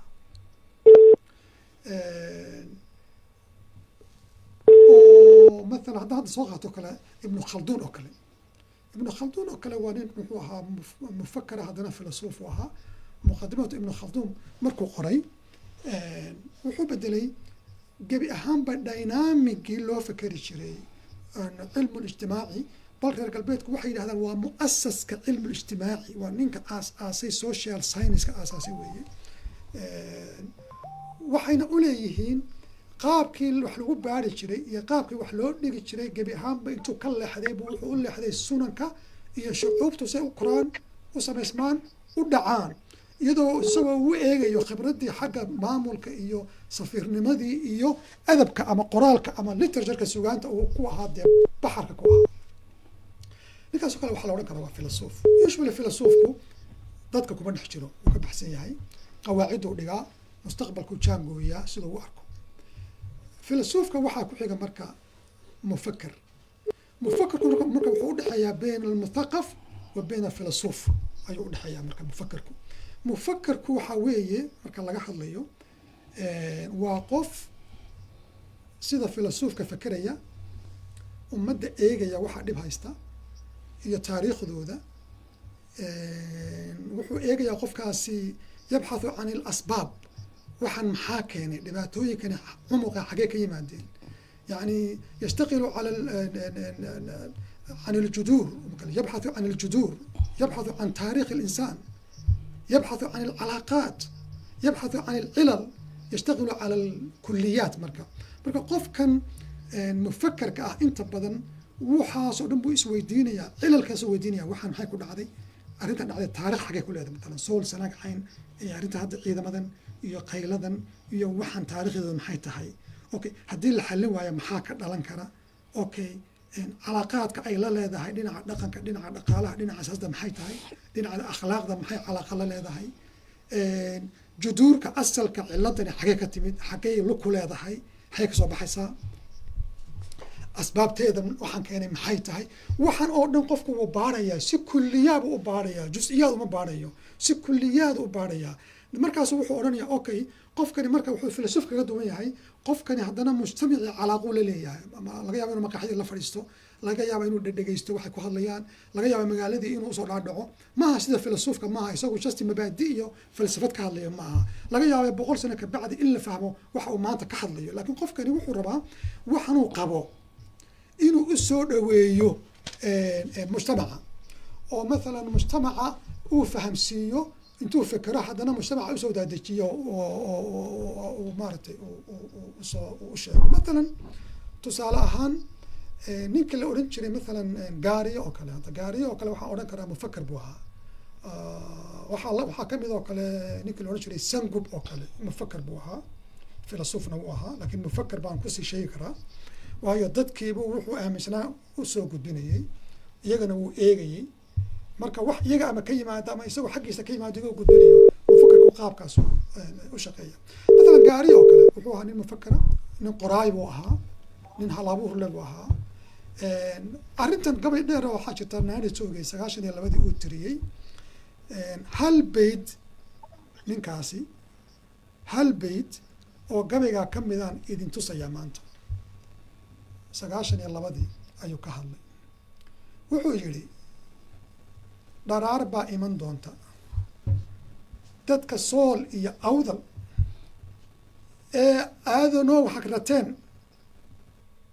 raacdadoodu adkaato, lagu raadsho ilays. marka waxaan rabaa ninkaa mufakkarka ah oo filosofka ah, ilaah u naxariisto, gaariye 92 wuxuu ka hadlay maanta waxa taagan. imisa ka sokaysa 92 oo taqriiban waa 30 sano miya. 92 wuxuu yihi haddaan nahay beesha dhexe, sool iyo awdal waxa aad ku haysaan waxay idin geyeysiin doontaa maalin aad diyaar u noqotaan inaad heshaan at any cost, qiimo kasta oo ay idinkaga kacayso, oo weliba meel mugdi ah inay idinka gasho aad toosh qaataan ku raasaan oo haddana aada weydaan. mufakkarku waa kaa markaa daba. mufakkarku waxa weeye wax soo socda ayuu wuxuu ka dhisaa waxa hadda taagan. laga yaabo 30 sano soo socoto marka, ama 40 sano soo socoto, ama 50 sano soo socoto marka in waxaa la arko. mufakkarku wuxuu inta badan eegaa, maalan tusaale kale idin siinayaa, qofka waa maalan fiqiga oo kale kasoo qaad, fiqiga oo kale maalan haddii kitaabka laga bilaabo tahaarada iyo haddii laga bilaabo salaada iyo haddii laga bilaabo zakada, farqi badan ma samaynayso haddii laisku dhex yaaciyo kan la horeysiyo kan la dambeysiyo. sababtoo waa jus-iyaad. soo jus-iyaadka iyaga qofka mufakkarka ah ama qofka filosofka kuma mashquulo, laakiin mufakkarka iyo filosofku wuxuu ku mashquulaa waxa loo yaqaano kulliyaadka ama ru'ya. yani dadku wuxuu u jeexaa ru'ya, dadku meelay higsadaan. rasuulka calayhi salaatu wasalaam markii qaswat ulxazaab oo rasuulku calayhi salaam dhexda ku xidhanayo dhagaxa oo madaraqa la dhacayo oo gaajo awgood, ee uu leeyahay waxaa la tusay furayaashii, waxaa la siiyey ruum, kuwii furs baa la siiyey, kuwii iyo ay leeyihiin munaafiqiintii waxay leeyihiin halkan aanu kaadii u bixi karin la-aan haysoon waan laka hayaa. gaaju dhexda ugu xidhay dhagax oo madariq waan qaban la-aan godkan ku odan lahayn. markaasu wuxuu leeyahay adduunka duwalkii haystay ee hogaaminaya saa Maraykan iyo Soviyetka kala ahaan jiray ayaa maaragtay furayaasha la siiyey. waa ru'ya, yani waxaa la tusay waxan maanta ay ku jiraan wax ka weyn oo hilaacaya laakiin waqti qaadan doonto dhibaatooyin iyo qodxan iyo waxyaalo fara badanna ay ka horeeyaan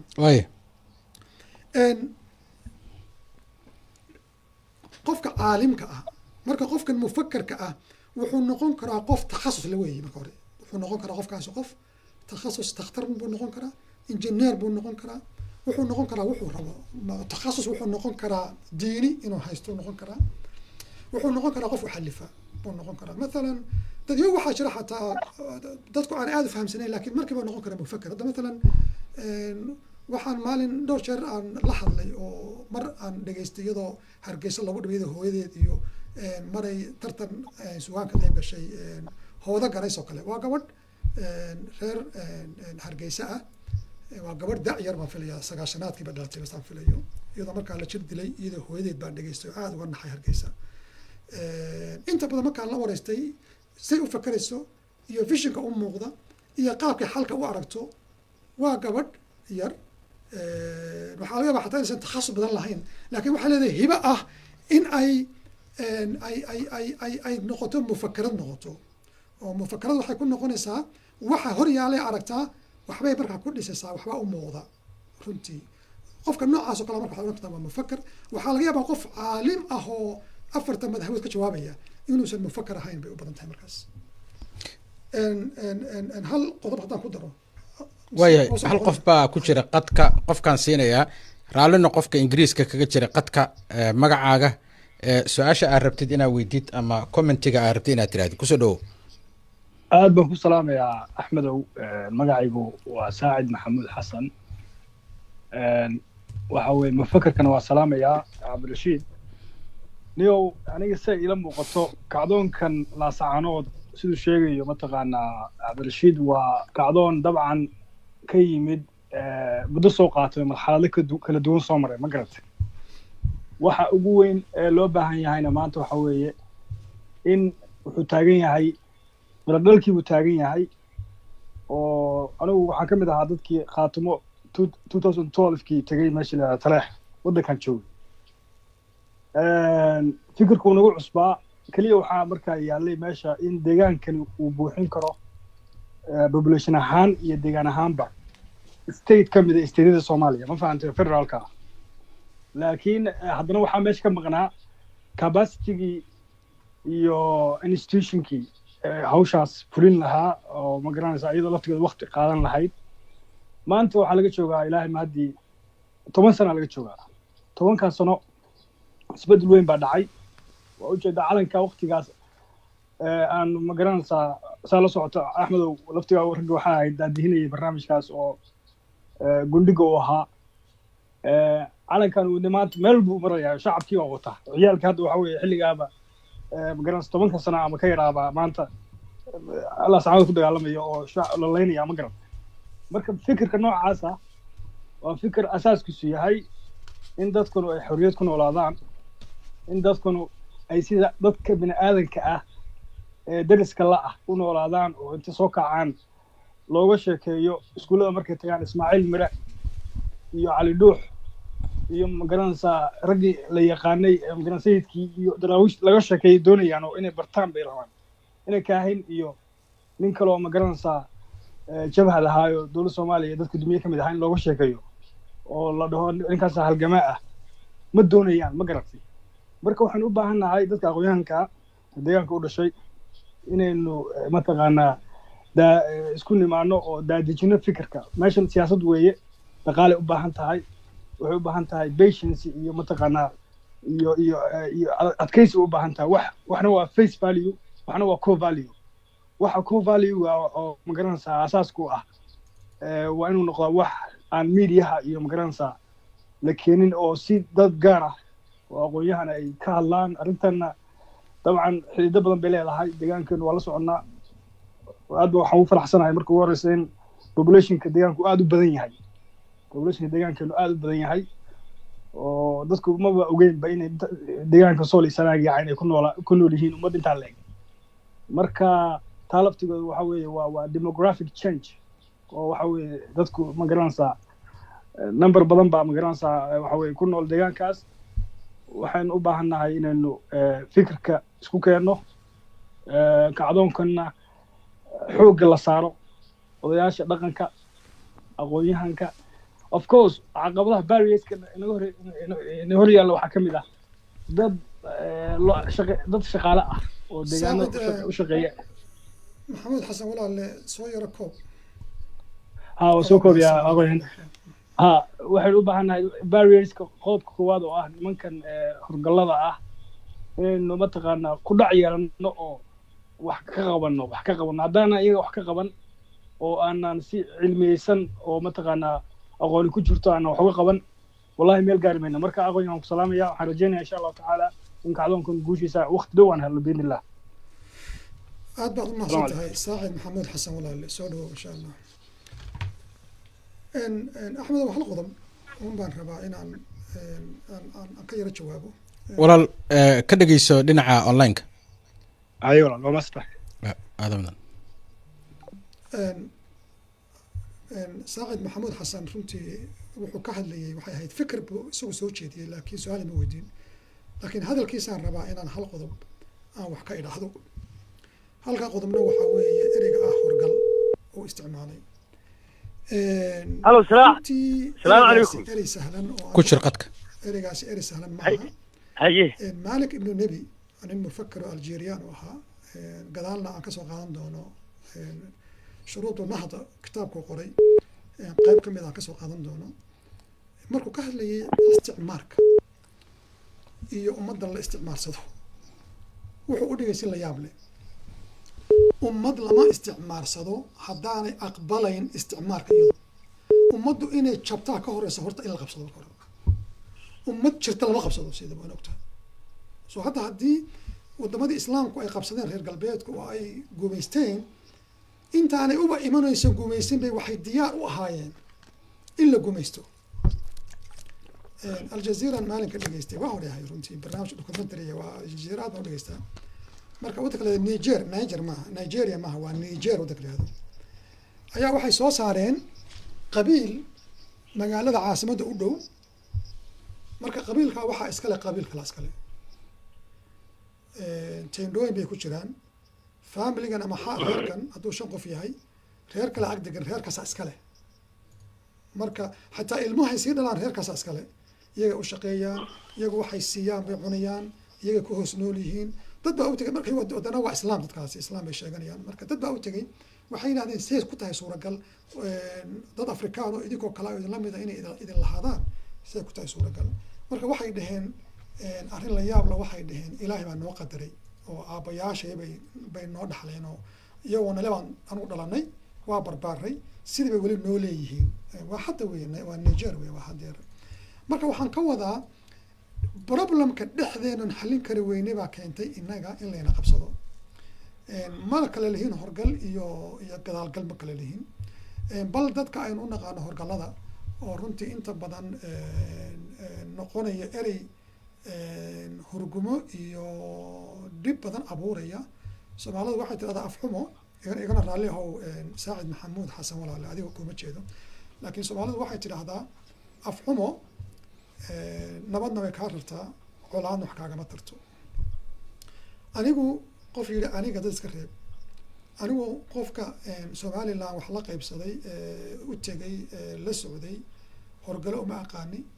anigu waxaan u arkay dad masaalixdooda iga yaqaanay go-aan qaadan karayay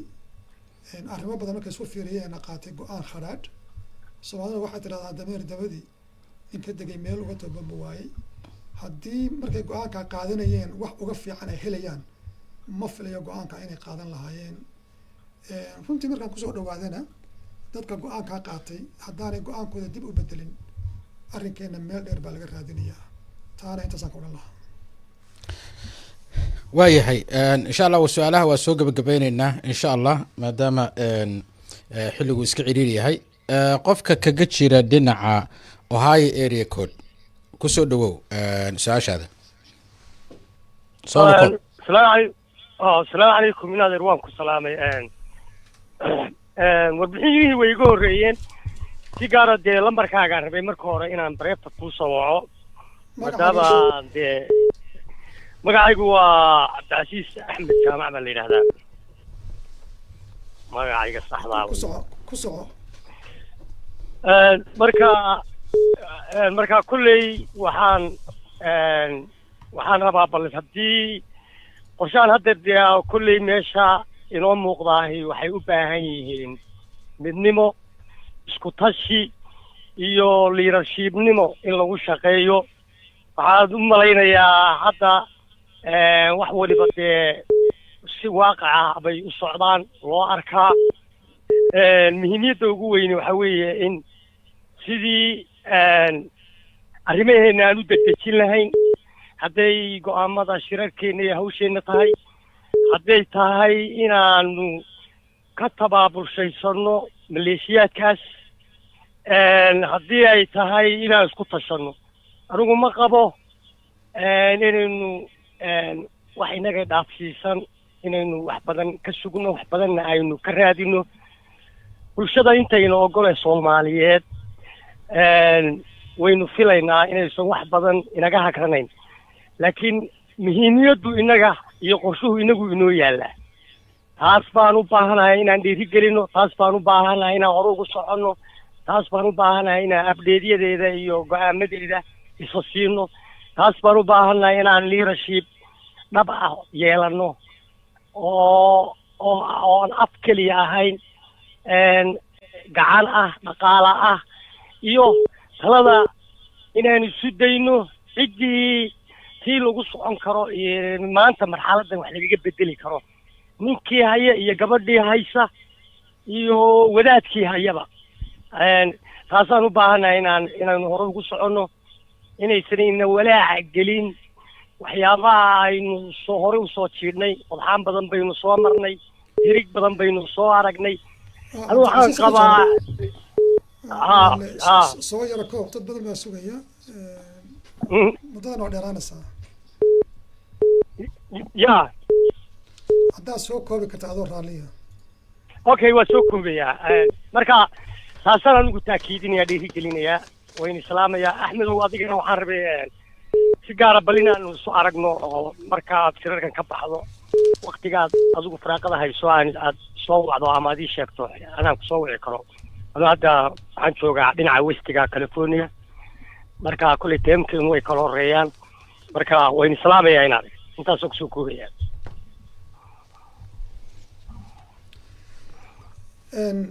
أحمد ولا أنتي مداخلة إيمانين وسلامة عبد العزيز أحمد جامع أنتي وحن كهل مركز مفكر كإيو وحن كيره لي فيلسوفك وحن جنا مثقف كوا حوي يقف مال كست وحقاقاتي wax badan buu soo koobay akhristay meelo badan buu wax ka akhristay thaqafad camiiq u leeyahay oo fog meelo badan buu wax ka fiiriyay duruq fara badan buu wax ka arkay qofkaas kale waa qof thaqafad la weeye oo maaragtay laakiin wuxuu ka shaqeeyaa qofkaasi juz'iyaad ku shaqeeya waxyaalaha maaragtay uu ka hadla waxa weeye waa juz'iyaadka maaha waxyaalaha kulliyaadka maaha waxaa jira muslix waxaa jira waxa loo yaqaano واعد باشرة وحوانية مصلح باشرة واعدك هي مصلحة مركا مصلحة قفك مفكر كمصلح ونقول كرا مثلا أو حوي قفك يسوي مفكر أو وحدي كرا أيوه هذانا وحو السرعة وحي هذا قبان كرا يشوف المفكرين توحي وديبان واعدين بيحديبان أما علماء وديبان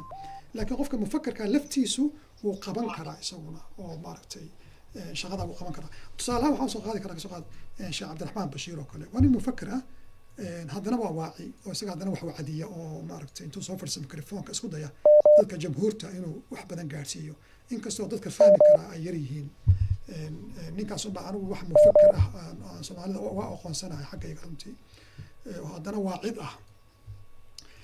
علماء ذو أما قف كاس عالم هذول هذو وحلقة وقف كاس مركو عالم يحي إنه مسائل كفقه وكلا أما مسائل دينية وآد يقانو لكن قفك مفكر وصناحين مفكر معها أنت بدل قفك عالمك جزئيات مثلا فقه وكلا أيو آد ويا بحر وكلا سننكي وكلا تفسيركي وكلا قفك سوى عالم لكن مفكرنا معها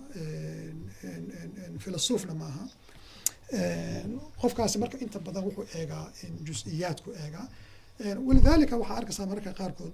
Soomaalida meelaha ay dib ku haystaan waxa weeye qof maaragtay loogu talagalay inuu wax wacdiyo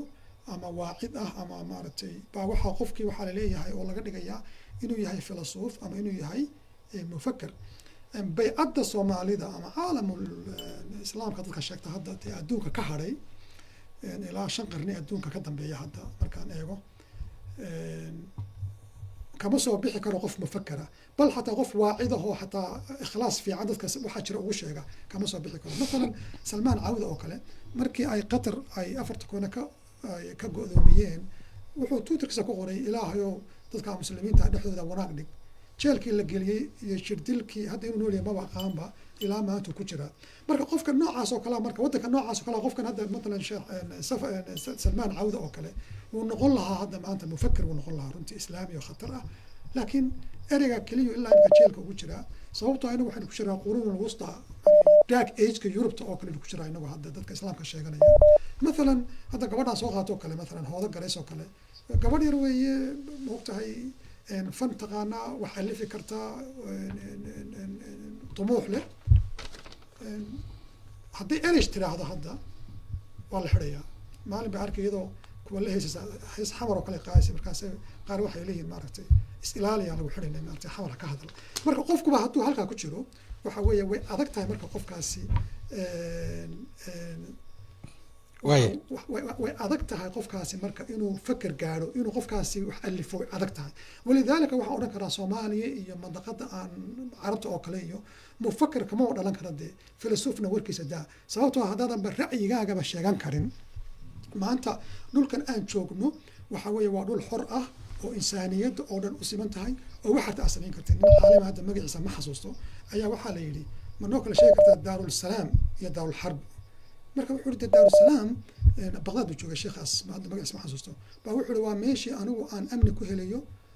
ka shaqaysan karo kelmadeedana ka jeedin karo. halkaas waa Maraykan laakiin maanta Hargeysa lagama jeedin karo. soo Hargeysa waxay noqonaysaa daarul xarb bay noqonaysaa daarul salaam ma aha bal la geli karo looma tagi karo noloshii insaaniyadda ka hoos dhaceen kaligoodna maaha waa meelo fara badan oo saasa. walidaalika waxaan anigu odhan lahaa oo qaybta aan kusoo afjarayaa waan ogahay soomaalida matalan dadka caadiga waxaa tariyada kunkii caalim hal mufakkir baa laga helaa haddii weliba bay'ad u saamaxdo inuu qofku fakari karo intuu mufakkirku wax kale maaha qofku waa inuu intuu naftiisa cidlo u baxo naftiisa naqdiyo oo hareerihiisa naqdiyo oo bulshadiisa naqdiyo oo waxa ku xayndaama naqdiyo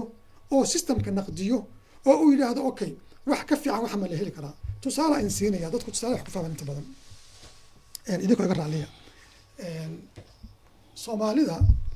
waxaa jirta dad innaga oo kala oo walaalaheen ah oo luuqad ku wada hadallo oo isir wadaagno oo islaam isla nahay oo la takooro.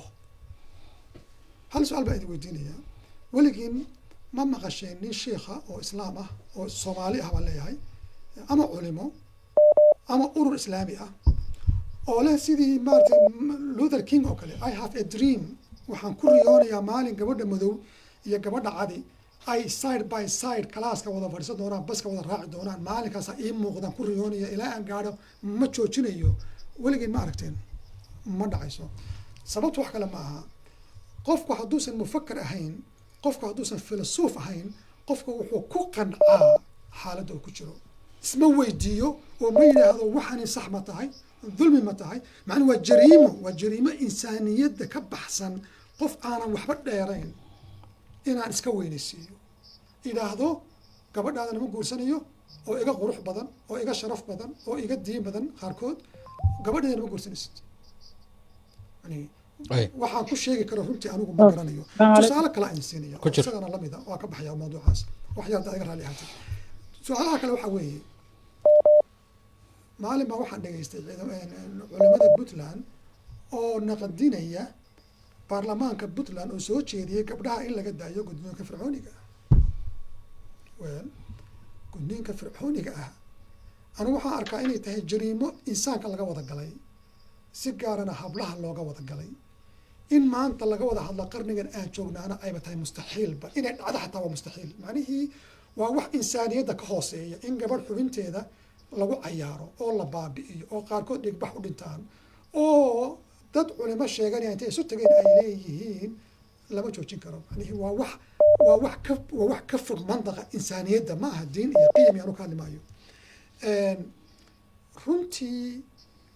waxyaalaha ugu waaweyn oo hadda inaga dhibka ina haystaa wax kale maaha waxa weeye waxaynaan lahayn mufakkir oo waxaynaan lahayn filasuuf just waxaan leenahay waacidiin dadka u akhriya kitaabada ay soo akhristaan oo loo soo dhiibo iyo wax ma alifi karaan waxna ma naqdin karaan bay'adiina ma ogola aqoontaana maba lihinba walidaalika dadku inaan inta badan ku mashquulin culimadu maxay la aamusan yihiin culimada hargeysa jooga maxay u hadli laayihiin culimada burco jooga maxay u hadli laayihiin dulmigan maxay u baajin laayihiin waa la baajin karaya intuusan meel fog gaadhin runtii way adag tahay in la helo laakiin anigu memberkan hal qodob uun baan ka leeyahay waxaan taa ku darayaa nin shiikhaa jiro anigu aan runtii aad u dhegeysan jiray oo misriya oo halkan joogay isla masalada horaan ka hadlayay ninkaasi maalinba wuxuu qoray in gabdhaha la gudi karo laysankiisa waa la kansalay takhtarnimadiisa waa joojiyey just maqaalka uu qoray waxaa lii marba haddaadoo takhtara oo maraykan takhtar ka ah aad ba qabtid gabdhaha in xubintooda la taataabto deen maba lagugu aamini karo dad inaad wax u qabatid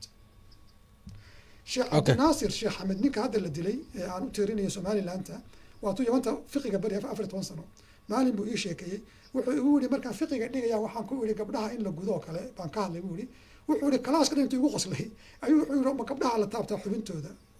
waa yemen weeye waa carab oo dhan ma taabtaan diin ma aha akhlaaq ma aha qiyam ma aha insaaniyad ma aha haddana qofka hadlay ma arkaysid waxay ahayd qofkani hadduu jiro mufakkir inuu yidhahdo okay maanta waxaan u qalab qaadanayaa kow dadka la dir soocay ee la baabi'iyey inaan sameeyo sanduuq aan ku rees garayn karo 10 milyan 20 milyan dollar oo gabdhahooda aan u guurin karo wiilashooda u guurin karo magaalooyin u dhisi karo ceelal u samayn karo iskuulaad u samayn karo si aan usoo gaadhsiiyo dulmiga lagu sameeyey sababtiis ummadda kale ma arkis weligaa sababtoo ah maba lihinba inagu qof insaana oo intuu fekero naqdin kara xaaladda uu ku jiro dan markaa cadaalad ka raadin kara otherwise marka anigu waxaan odhan lahaa arrintan socota nimanka isimada ah ee waqooyi dega ee aan ehelka nahay waqooyi galbeed iyo nimanka culimada ah in ay mas'aladan si saxa u eegaan oo ay magaaladan laga hayo isweerka iyo ummadan loo soo qalab qaatay alaysa minkum rajulun rashiid war qof yaroo qof xataa damiir lahoo caqli lahoo wax garan karo wax sheegi kara waan ogahay dad fara badan inaanay hadli karin taas waxaan waleeyahay meeshan xitaa daarusalaam maaha qofka hadlaya waa inuu ka cararo meesha dhanba sababtoo ah meesha waa xabsi korka furan marka waxaan odhan lahaa wasiilo kasta haddii xitaa qaylinayn xataa bal hoos waxaan u xaliya waana ka baxay okay waaye qof qad ku jira naga soo wacaya Minneapolis area kusoo dhow assalaamu calaykum waraxmatullahi wabarakaatuhu axmed waa ku salaamay adiga iyo ustaad cabdirashiid labadiinaba waa idin salaamay magacaaga walaal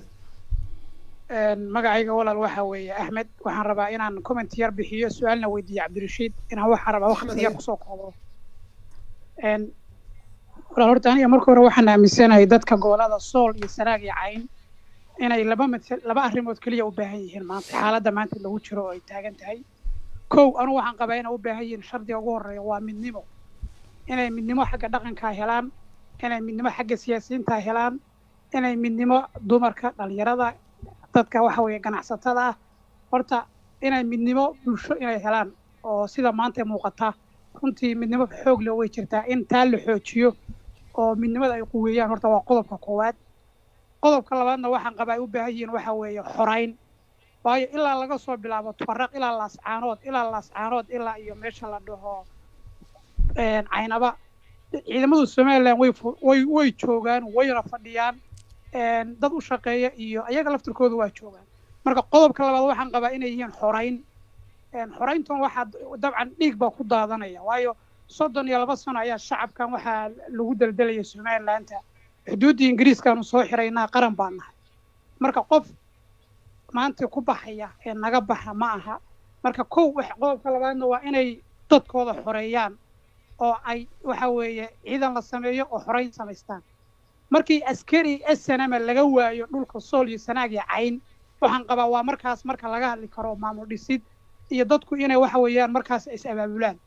laakiin Soomaalida weyn waxa laga rabaa laba qodob taageero Soomaaliyeed in ummadda Soomaaliyeed ee goboladaas siiso iyo in waxa weeye taageero maamul dhisinta ay goboladaas la siiyo ummadda Soomaaliyeed way siinaysaa laakiin labadaas shardi haddii ay ka soo baxaan waxaan rabay marka inaan su'aal weydiiyo cabdirashiid su-aashaydu waxa weeye sidee looga faa'iidaysan karaa fursadda iyo jaaniska maanta ee muuqda oo ay abuureen dhalinyarada iyo haweenku ay abuureen sidee looga faa'iidaysan karaa ugu fudud adoo ku salaynaya xaqiiqda iyo waaqiciga dhulka Soomaalida yaalla adoo ku salaynaya aad baan idin salaamaya walaal aadna og salaamaya aad maasan tahay axmed walaal hadda waxa aan ka hadlayno oo halkan aan u fadhinaa waxaa weeye waa wixii ka dambeeya ciidamadan faraha badan ee ilaa Tukaraq ilaa iyo Caynabo fadhiyaad sheegtay baray bixi karaan saadan bay bixi karaan saakuun bay bixi karaan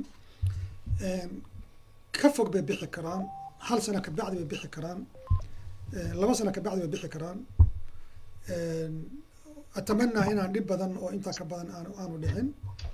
لكن في الأخير وحن ليه فأما الزبد يذهب الجفاء تاد حورت ويسكتج ولذلك أنا رنتي رغبة وكل رجال أنا تهذا وقت بالموكل يصوت أو واحد بدنا كمان كرو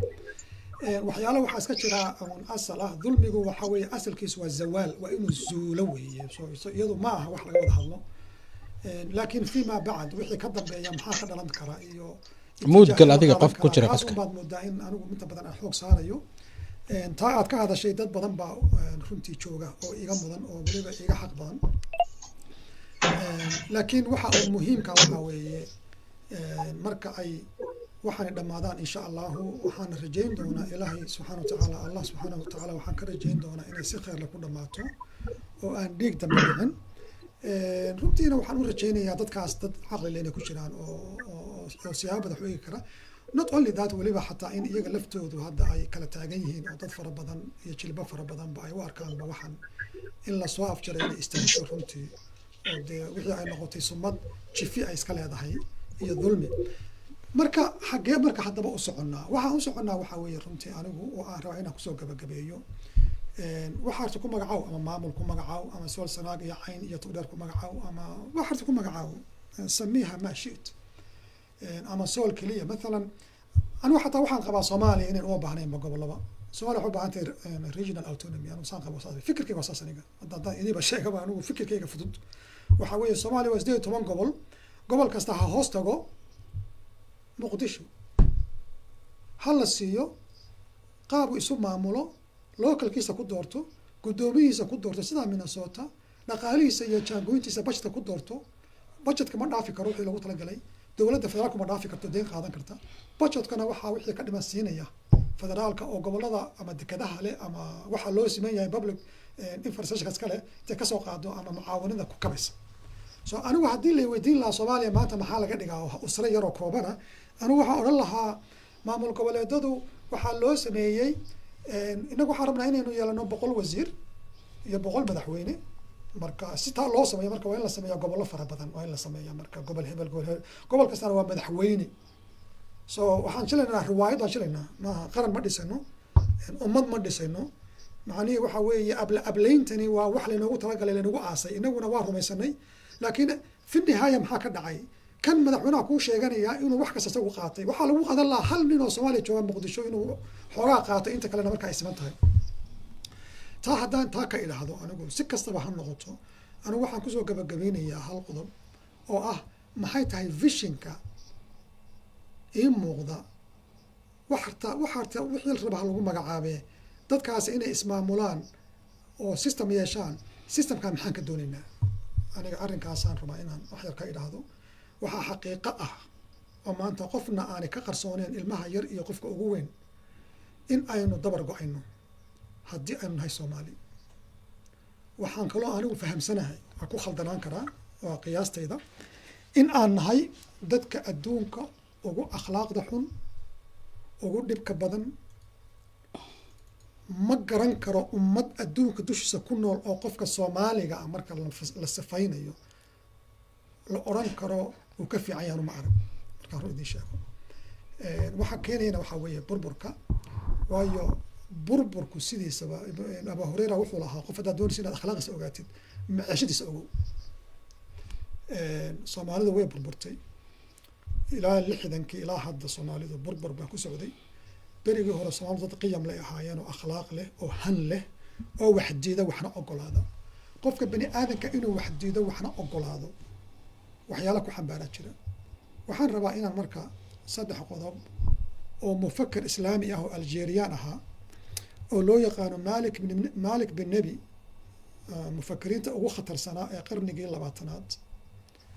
soo maray islaamka kitaab uu qoray oo loo yaqaano shuruudu nahda hal qodob keliya oo ka hadlay inaan kusoo gabagabeeyo maanta hadalkaygan wuxuu ka hadlay canaasir 3 buu ka hadlay ninkaasi mufakirka ahaa wuxuuna uga hadlay si cajiib ah wuxuu yidhi ummad kasta oo rabta inay jiritaan yeelato 3 qodob bay ku jiri kartaa kuna horumari kartaa haddii laga waayo mid ka midana iyadana waa la waayay 3 qodob wuxuu ugu horeysiiyey al-insaan qofka insaanka ah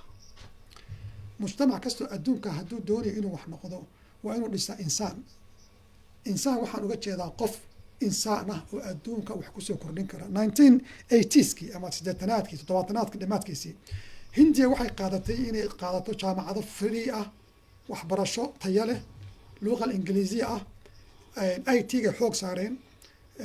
waa waddanka ardayda 100 milyan ah 80gii ilaa hadda waa 50 sano wax ka yar maanta Maraykan Hindiya lama dagaalami karo sababtuna waxay tahay national security-ga Maraykan oo dhan baa khatar ku jira sababtuna waxa weeye dadka u shaqeeya ay keensato oo xaggaana uga shaqeeya ee sirta dhan ee systemka Maraykan wax badan ka og meesha ay gaareen Hindi awal markan Arab joognay waa la quursan jiray laakiin maanta Hindiya meesha ay marayso waa wadamada ugu mustaqbalka fog ama ugu mustaqbalka weyn maanta adduunka iyo koritaankeeda waxayna ku gaadhay waa aqoonta basharka weeye haddaan doonayno in aynu inagu insaanka soo la mid noqono hadda insaaniyaddii waynu ka baxanay hadda inagu insaan ma nihin haddaan nahay Soomaali laakiin haddaan doonayno insaan caadiya noqono waxaan u baahannahay kow inaan qofka insaankaa dhisno qofka insaankaa see loo dhisaya qof insaana oo aqoon leh oo xirfad leh oo waxa uu cuno iyo waxa uu labisto iyo meeshuu seexanayo isagu calal aqal la soo bixi karo haddii uusan adduunka wax kale u geynin isagu laakiin qof isagu gebi ahaanba adduunka dheeraad ku ah oo aan waxba adduunka soo kordhinayn wax lagu soo kordhiyo mooyaane qofkaasi marka adduunka inuu joogaa markaa khatar bay ku tahay waxaan xasuustaa berigii baadiyaha runtii baadiyaha wax allaale waxa yaalla xeedhada iyo fandhaalka iyo hararka iyo kabdaha iyo aloolka iyo darinta iyo wax kasta waxaa sameynaya dumarkaa sameynayay banaanka waxba lagama keenayn 2 go' kaliya laga soo qaadanayay dadku markaa waxay ahayn dad xor ah oo dhiiban kara hadalkooda oo aan la gadan karin oo aan ogolayn in la dulaysto walidaalika waxay la dagaalamayeen 20 sano marka Ingiriis la dagaalamay adduunka haystay la dagaalamayeen waayo umay baahnayn taasi waa qodobka koowaad qodobka labaad oo u baahan in runtii la saaro xoog oo dadkan maanta kacdoonka wada hadday rabaan inay dib u noolaadaan Soomaalina noolayaan waxa weeye inay runtii ku fekeraan waxa loo yaqaan at-turath buu yidhi ninka mufakirka ah dhulka ilaahay dadka dhul buu siiyey dhulkaasi khayraad buu leeyahay beero xoolo wax kasta dhulkaas inay uga faa'iideystaan sida ugu fiican Soomaalidu hadday beeraha iyo xoolaha sida adduunka waaniga soo sheegay maalinka dhaweyd ay hal mid xoog saaraan ama labadaba oo dhulkooda maanta la nabaad guuriyey ee dhuxusha nimankan imaaraadku ay qaataan dhirteeni shareen maantana abaarayna baabiyey xoolihii naga madheen dhirtiina aynu gubnay haddaynu u noqono dhulkeeni oo ka saaro waxa aynu maanta gaadhsiino ah maaragtay lama deegaanka aan ka dhignay dhirtii ka sharay dhirtii dib loogu beero xoolihii dib loogu noqdo hadda waddanka war badan uma hayo laakiin waxaa la ii sheegay in dadka hadda lacag lagu siiyo xoolaha ka kaalay meel kaalay boqol baan ku siinaynaa marka u baad xoolihii maxay tahay waxaa loo sameynayaa in aad dulowdid oo hadhow aadan maya odhan karin ilaan adigu cuntadaadii qof kalaa ku haye markii aanu khaatimo sameynaa waxaan tegay waddanka taleex dooxada dhumay baan tegay aad baan u naxay runtii dooxaha see ahaan jirtay iyo geed maaqan garawaa wax loo bixiyey oo qodxan miidhan ah baa meesha lagu beeray neefku markuu daaqo saaladiisa ayaa sii abuuraysa dooxadii dhammeed waxay noqotay un geedka iyo waxba kama jiraan marka insaanku sida uu ugu kala badan yahay dhulka inuu uga faa'iideysto ayaa iyadana runtii muhiim jiddan ah qodobka saddexaad ee uu yidhi ummad kastoo rabta inay dib usoo hanato nolosheeda iyo jiritaankeeda ama horumarto waxa weye waa waqtiga zamanka saacadda 24 saacadood insaanka oo dhan isku siba ugu yimaadaa waa webi socdo oo kale qofna wuxuu ka faa'iidaystaa 2 saacadood qof wuxuu ka faa'iidaystaa 3 saacadood qof 8 saacadood qof 16 saacadood mareykan waxay yidhahdaan qofka hadduu shaqeeyo 8 saacadood wuxuu helaa qutul yoomkiisa hadduu shaqeeyo 8 saacadood oo lagu daray 8 saacadood 16 saacadoodna wuxuu markaa helaa mustaqbal inuu dhisto ma dad 16 saacadood shaqeynaya baan adoo 1 saac shaqeyn aad la wax la qaybsan kartaa waa mustaxiil mar daraasad aan ku gabagabeynaya la sameeyey waddanka Suudaan islaamka la eegayo qof kasta waddan kasta qof kasta intuu shaqeeyo qofka 8 saacadood 6 saac soo shaqo taga Suudaan bay dhaheen oo xafiis fadhiista wuxuu shaqeeyaa 5 daqiiqo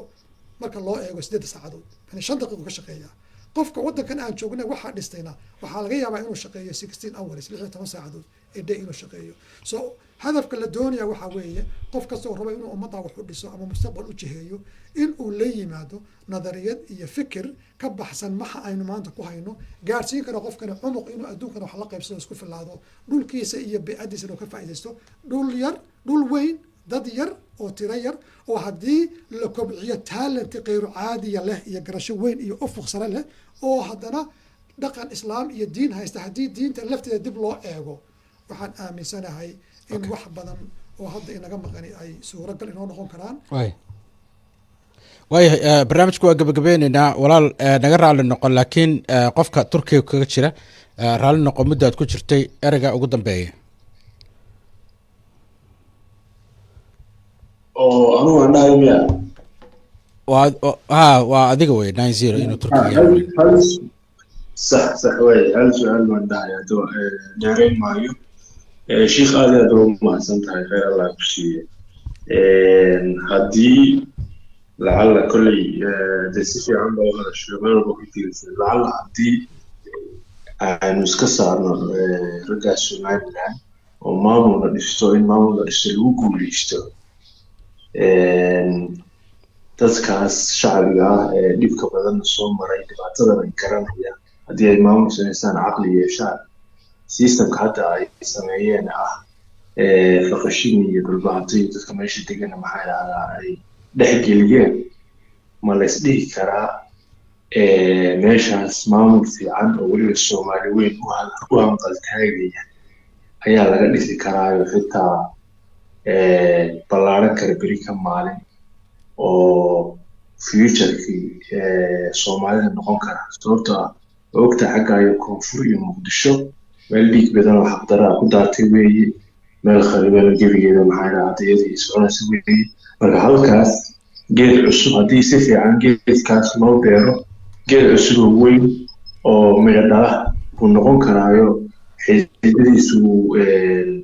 xididadii halkaa wuu ka bixi karaa carradu way fiican tahay ma la isdhihi karaa magaca walaal cabdisaaq baa la yidhahdaa cabdisaaq okay walaal aad baad mahadsan tahay su-aashaas ah maaragtay meeshaas ma laga dhisi karaa maamul u noqon karaa aas-aas in Soomaali la raadiyo waxay ku xiran tahay inta aan maamul la dhisin waxaa ka horeeya horta musiibadan meesha ka taagan horta in la xaliyo waxaa kaloo ka horeeya marka mujtamaca meesha degan ee dhibka badan soo gaadhay laftooda in ay arrimahooda dib u habeeyaan oo ay isu diyaariyaan inay si caadi u fikri karaan oo xor ah kabacdi marka waa in dadkaasi ay ka fikiraan mufakiriintooda iyo waxgaradkooda iyo xataa ummadda Soomaaliyeed cidii wax ku beeri kartaba la cadeeyo horta waxa la doonayo nin baa wuxuu yidhi waa lunsanahay waxaad ii sheegtaa tilmaam buu yidhi markaasuu yidhi xagee u socotaa markaasuu yidhi wallahi meel aan socdaba garan maayo markaasuu yidhi markaa waddo kasta u geysaa marka haddaadan marka horeba sumad haysan iyo meel aan u socotid dan markaa wax kastoo samaysid waa caadi dhib ma laha laakiin waa in marka hore la xadidaa maxaan doonaynaa inaga horteeda haddii anigu aan u socdo Burco anoo jooga Laascaanood oo aan dhinaca bariga u jihaysto mar kasta oo aan dhinaca bari iyo Garowe aadaba waxaan kasii fogaanayaa Burca kasii fogaanayaa walidaalika haddii anigu aan doonayo shay mucayin ah oo laakiin khuduwaad khaldan aan qaado oo dhinaca kale u qaado dan markaa mar kasta shaygii ma gaadhaye waan kasii fogaanayaa runtiina waxa hadda ku dhacay Somaliland ku dhacday meelo badan oo kale ka dhacay marka anigu waxaan oran lahaa oo kusoo gabagabeynaya idinkoo mahadsan marka aan leeyahay frameworka horta iyo waxa la doonayo iyo istaraatiijiyadii lagu gaari lahaa waxay u baahan tahay fas'alu ahla dhikri in kuntum laa taclamuun dadka mufakiriinta ah ee waxgaradka ah ee adduunka wax ka yaqaana aakhirana wax ka yaqaana iyo kuwa adduun iyo aakhiraba aan wada aqooni haddana caqli badan leba jira oo runtii aad iyo aad u mufakiriina dadka noocaasa in laga faa'iidaysto arrimaha mar kastana inaan deg deg wax masiir gelaya aan lagu dhisin sababtoo ah deg deg haddii lagu dhiso masiir mar kasta waxaa ka imanaya khaladkaasina wuxuu sii saarayaa khalad kaloo keenayaa kabacdi markaa waxaa lumaya fishinkii iyo aragtidii dheereed ee la gaari lahaa iyo wixii la doonayay anigu runtii waxaan qabaa dadka mandaqadaasi wax badan inay ku biirin karaan soomaali weyn dhibaatooyinka badanna waxay keentaa inta badan bisayl waxaan fili doonaa inaan casharadaasi inaga lumin ninkii Confucius madhabtan Chinese ka dhisay waa tuu lahaa dhibaatada faraha badan waxay keentaa fakarka waa furaha aqoontu waa furaha faraxa iyo guusha marka waxaan filayaa marka loo eego khibradda hadda ay heleen dhibaatooyinka asiibay iyo maanta crossroadka ay taagan yihiin iyo talaxumooyin badan oo hore u dhacay ay hoob maanta inaan cashar ka qaadano arrimahana sidii loo baahnaa loogu daadego geeska Afrikana aan wax ku soo biirino ee aanan wax ka ridin waaye aad iyo aad ayaad u mahadsan tahay aqoonyahan cabdirashiid macalin faarax oo maanta nagu soo booqday studioga aanu ku leenahay halkan gobolkan Minnesota barnaamijkan waxa uu ku saabsanaa aanu ku qaada dhigaynay arrimaha la xiriira kacdoonada ka dhaca caalamka iyo Soomaaliya naftigooda taariikhda inta mar oo bulsho Soomaaliyeed ay kacdoon sameeyeen iyo kacdoonadaasi waxyaalihii ka soo baxay waxaan rajaynayaa dad badan inay wax badan ay ka fahmaan walow dadka qaarkood ayaan si fiican iskugu xirxirin macni waxyaalo kala duwan oo taariikhda Soomaaliya siday wax u dhaceen barnaamijyada noocan oo kale insha Allah haddii ilaahay waxaan jecelnahay inaanu sii wadno oo nagala soo qayb galo Cabdirashiid hase ahaatee laakiin barnaamijkayga maanta intaas ayaanu ku gabagabeyneynaa inta aanu barnaamij kale aanu ku kulmi doono waxaan idinkaga tegaynaa dhammaantiin sidaas iyo nabadgelyo assalaamu calaykum waraxmatullaahi wabarakaatu aad baa umahadsan tahay Cabdirashiid walaal idinka mudan dadweynahana aad baan uga mahad celinayaa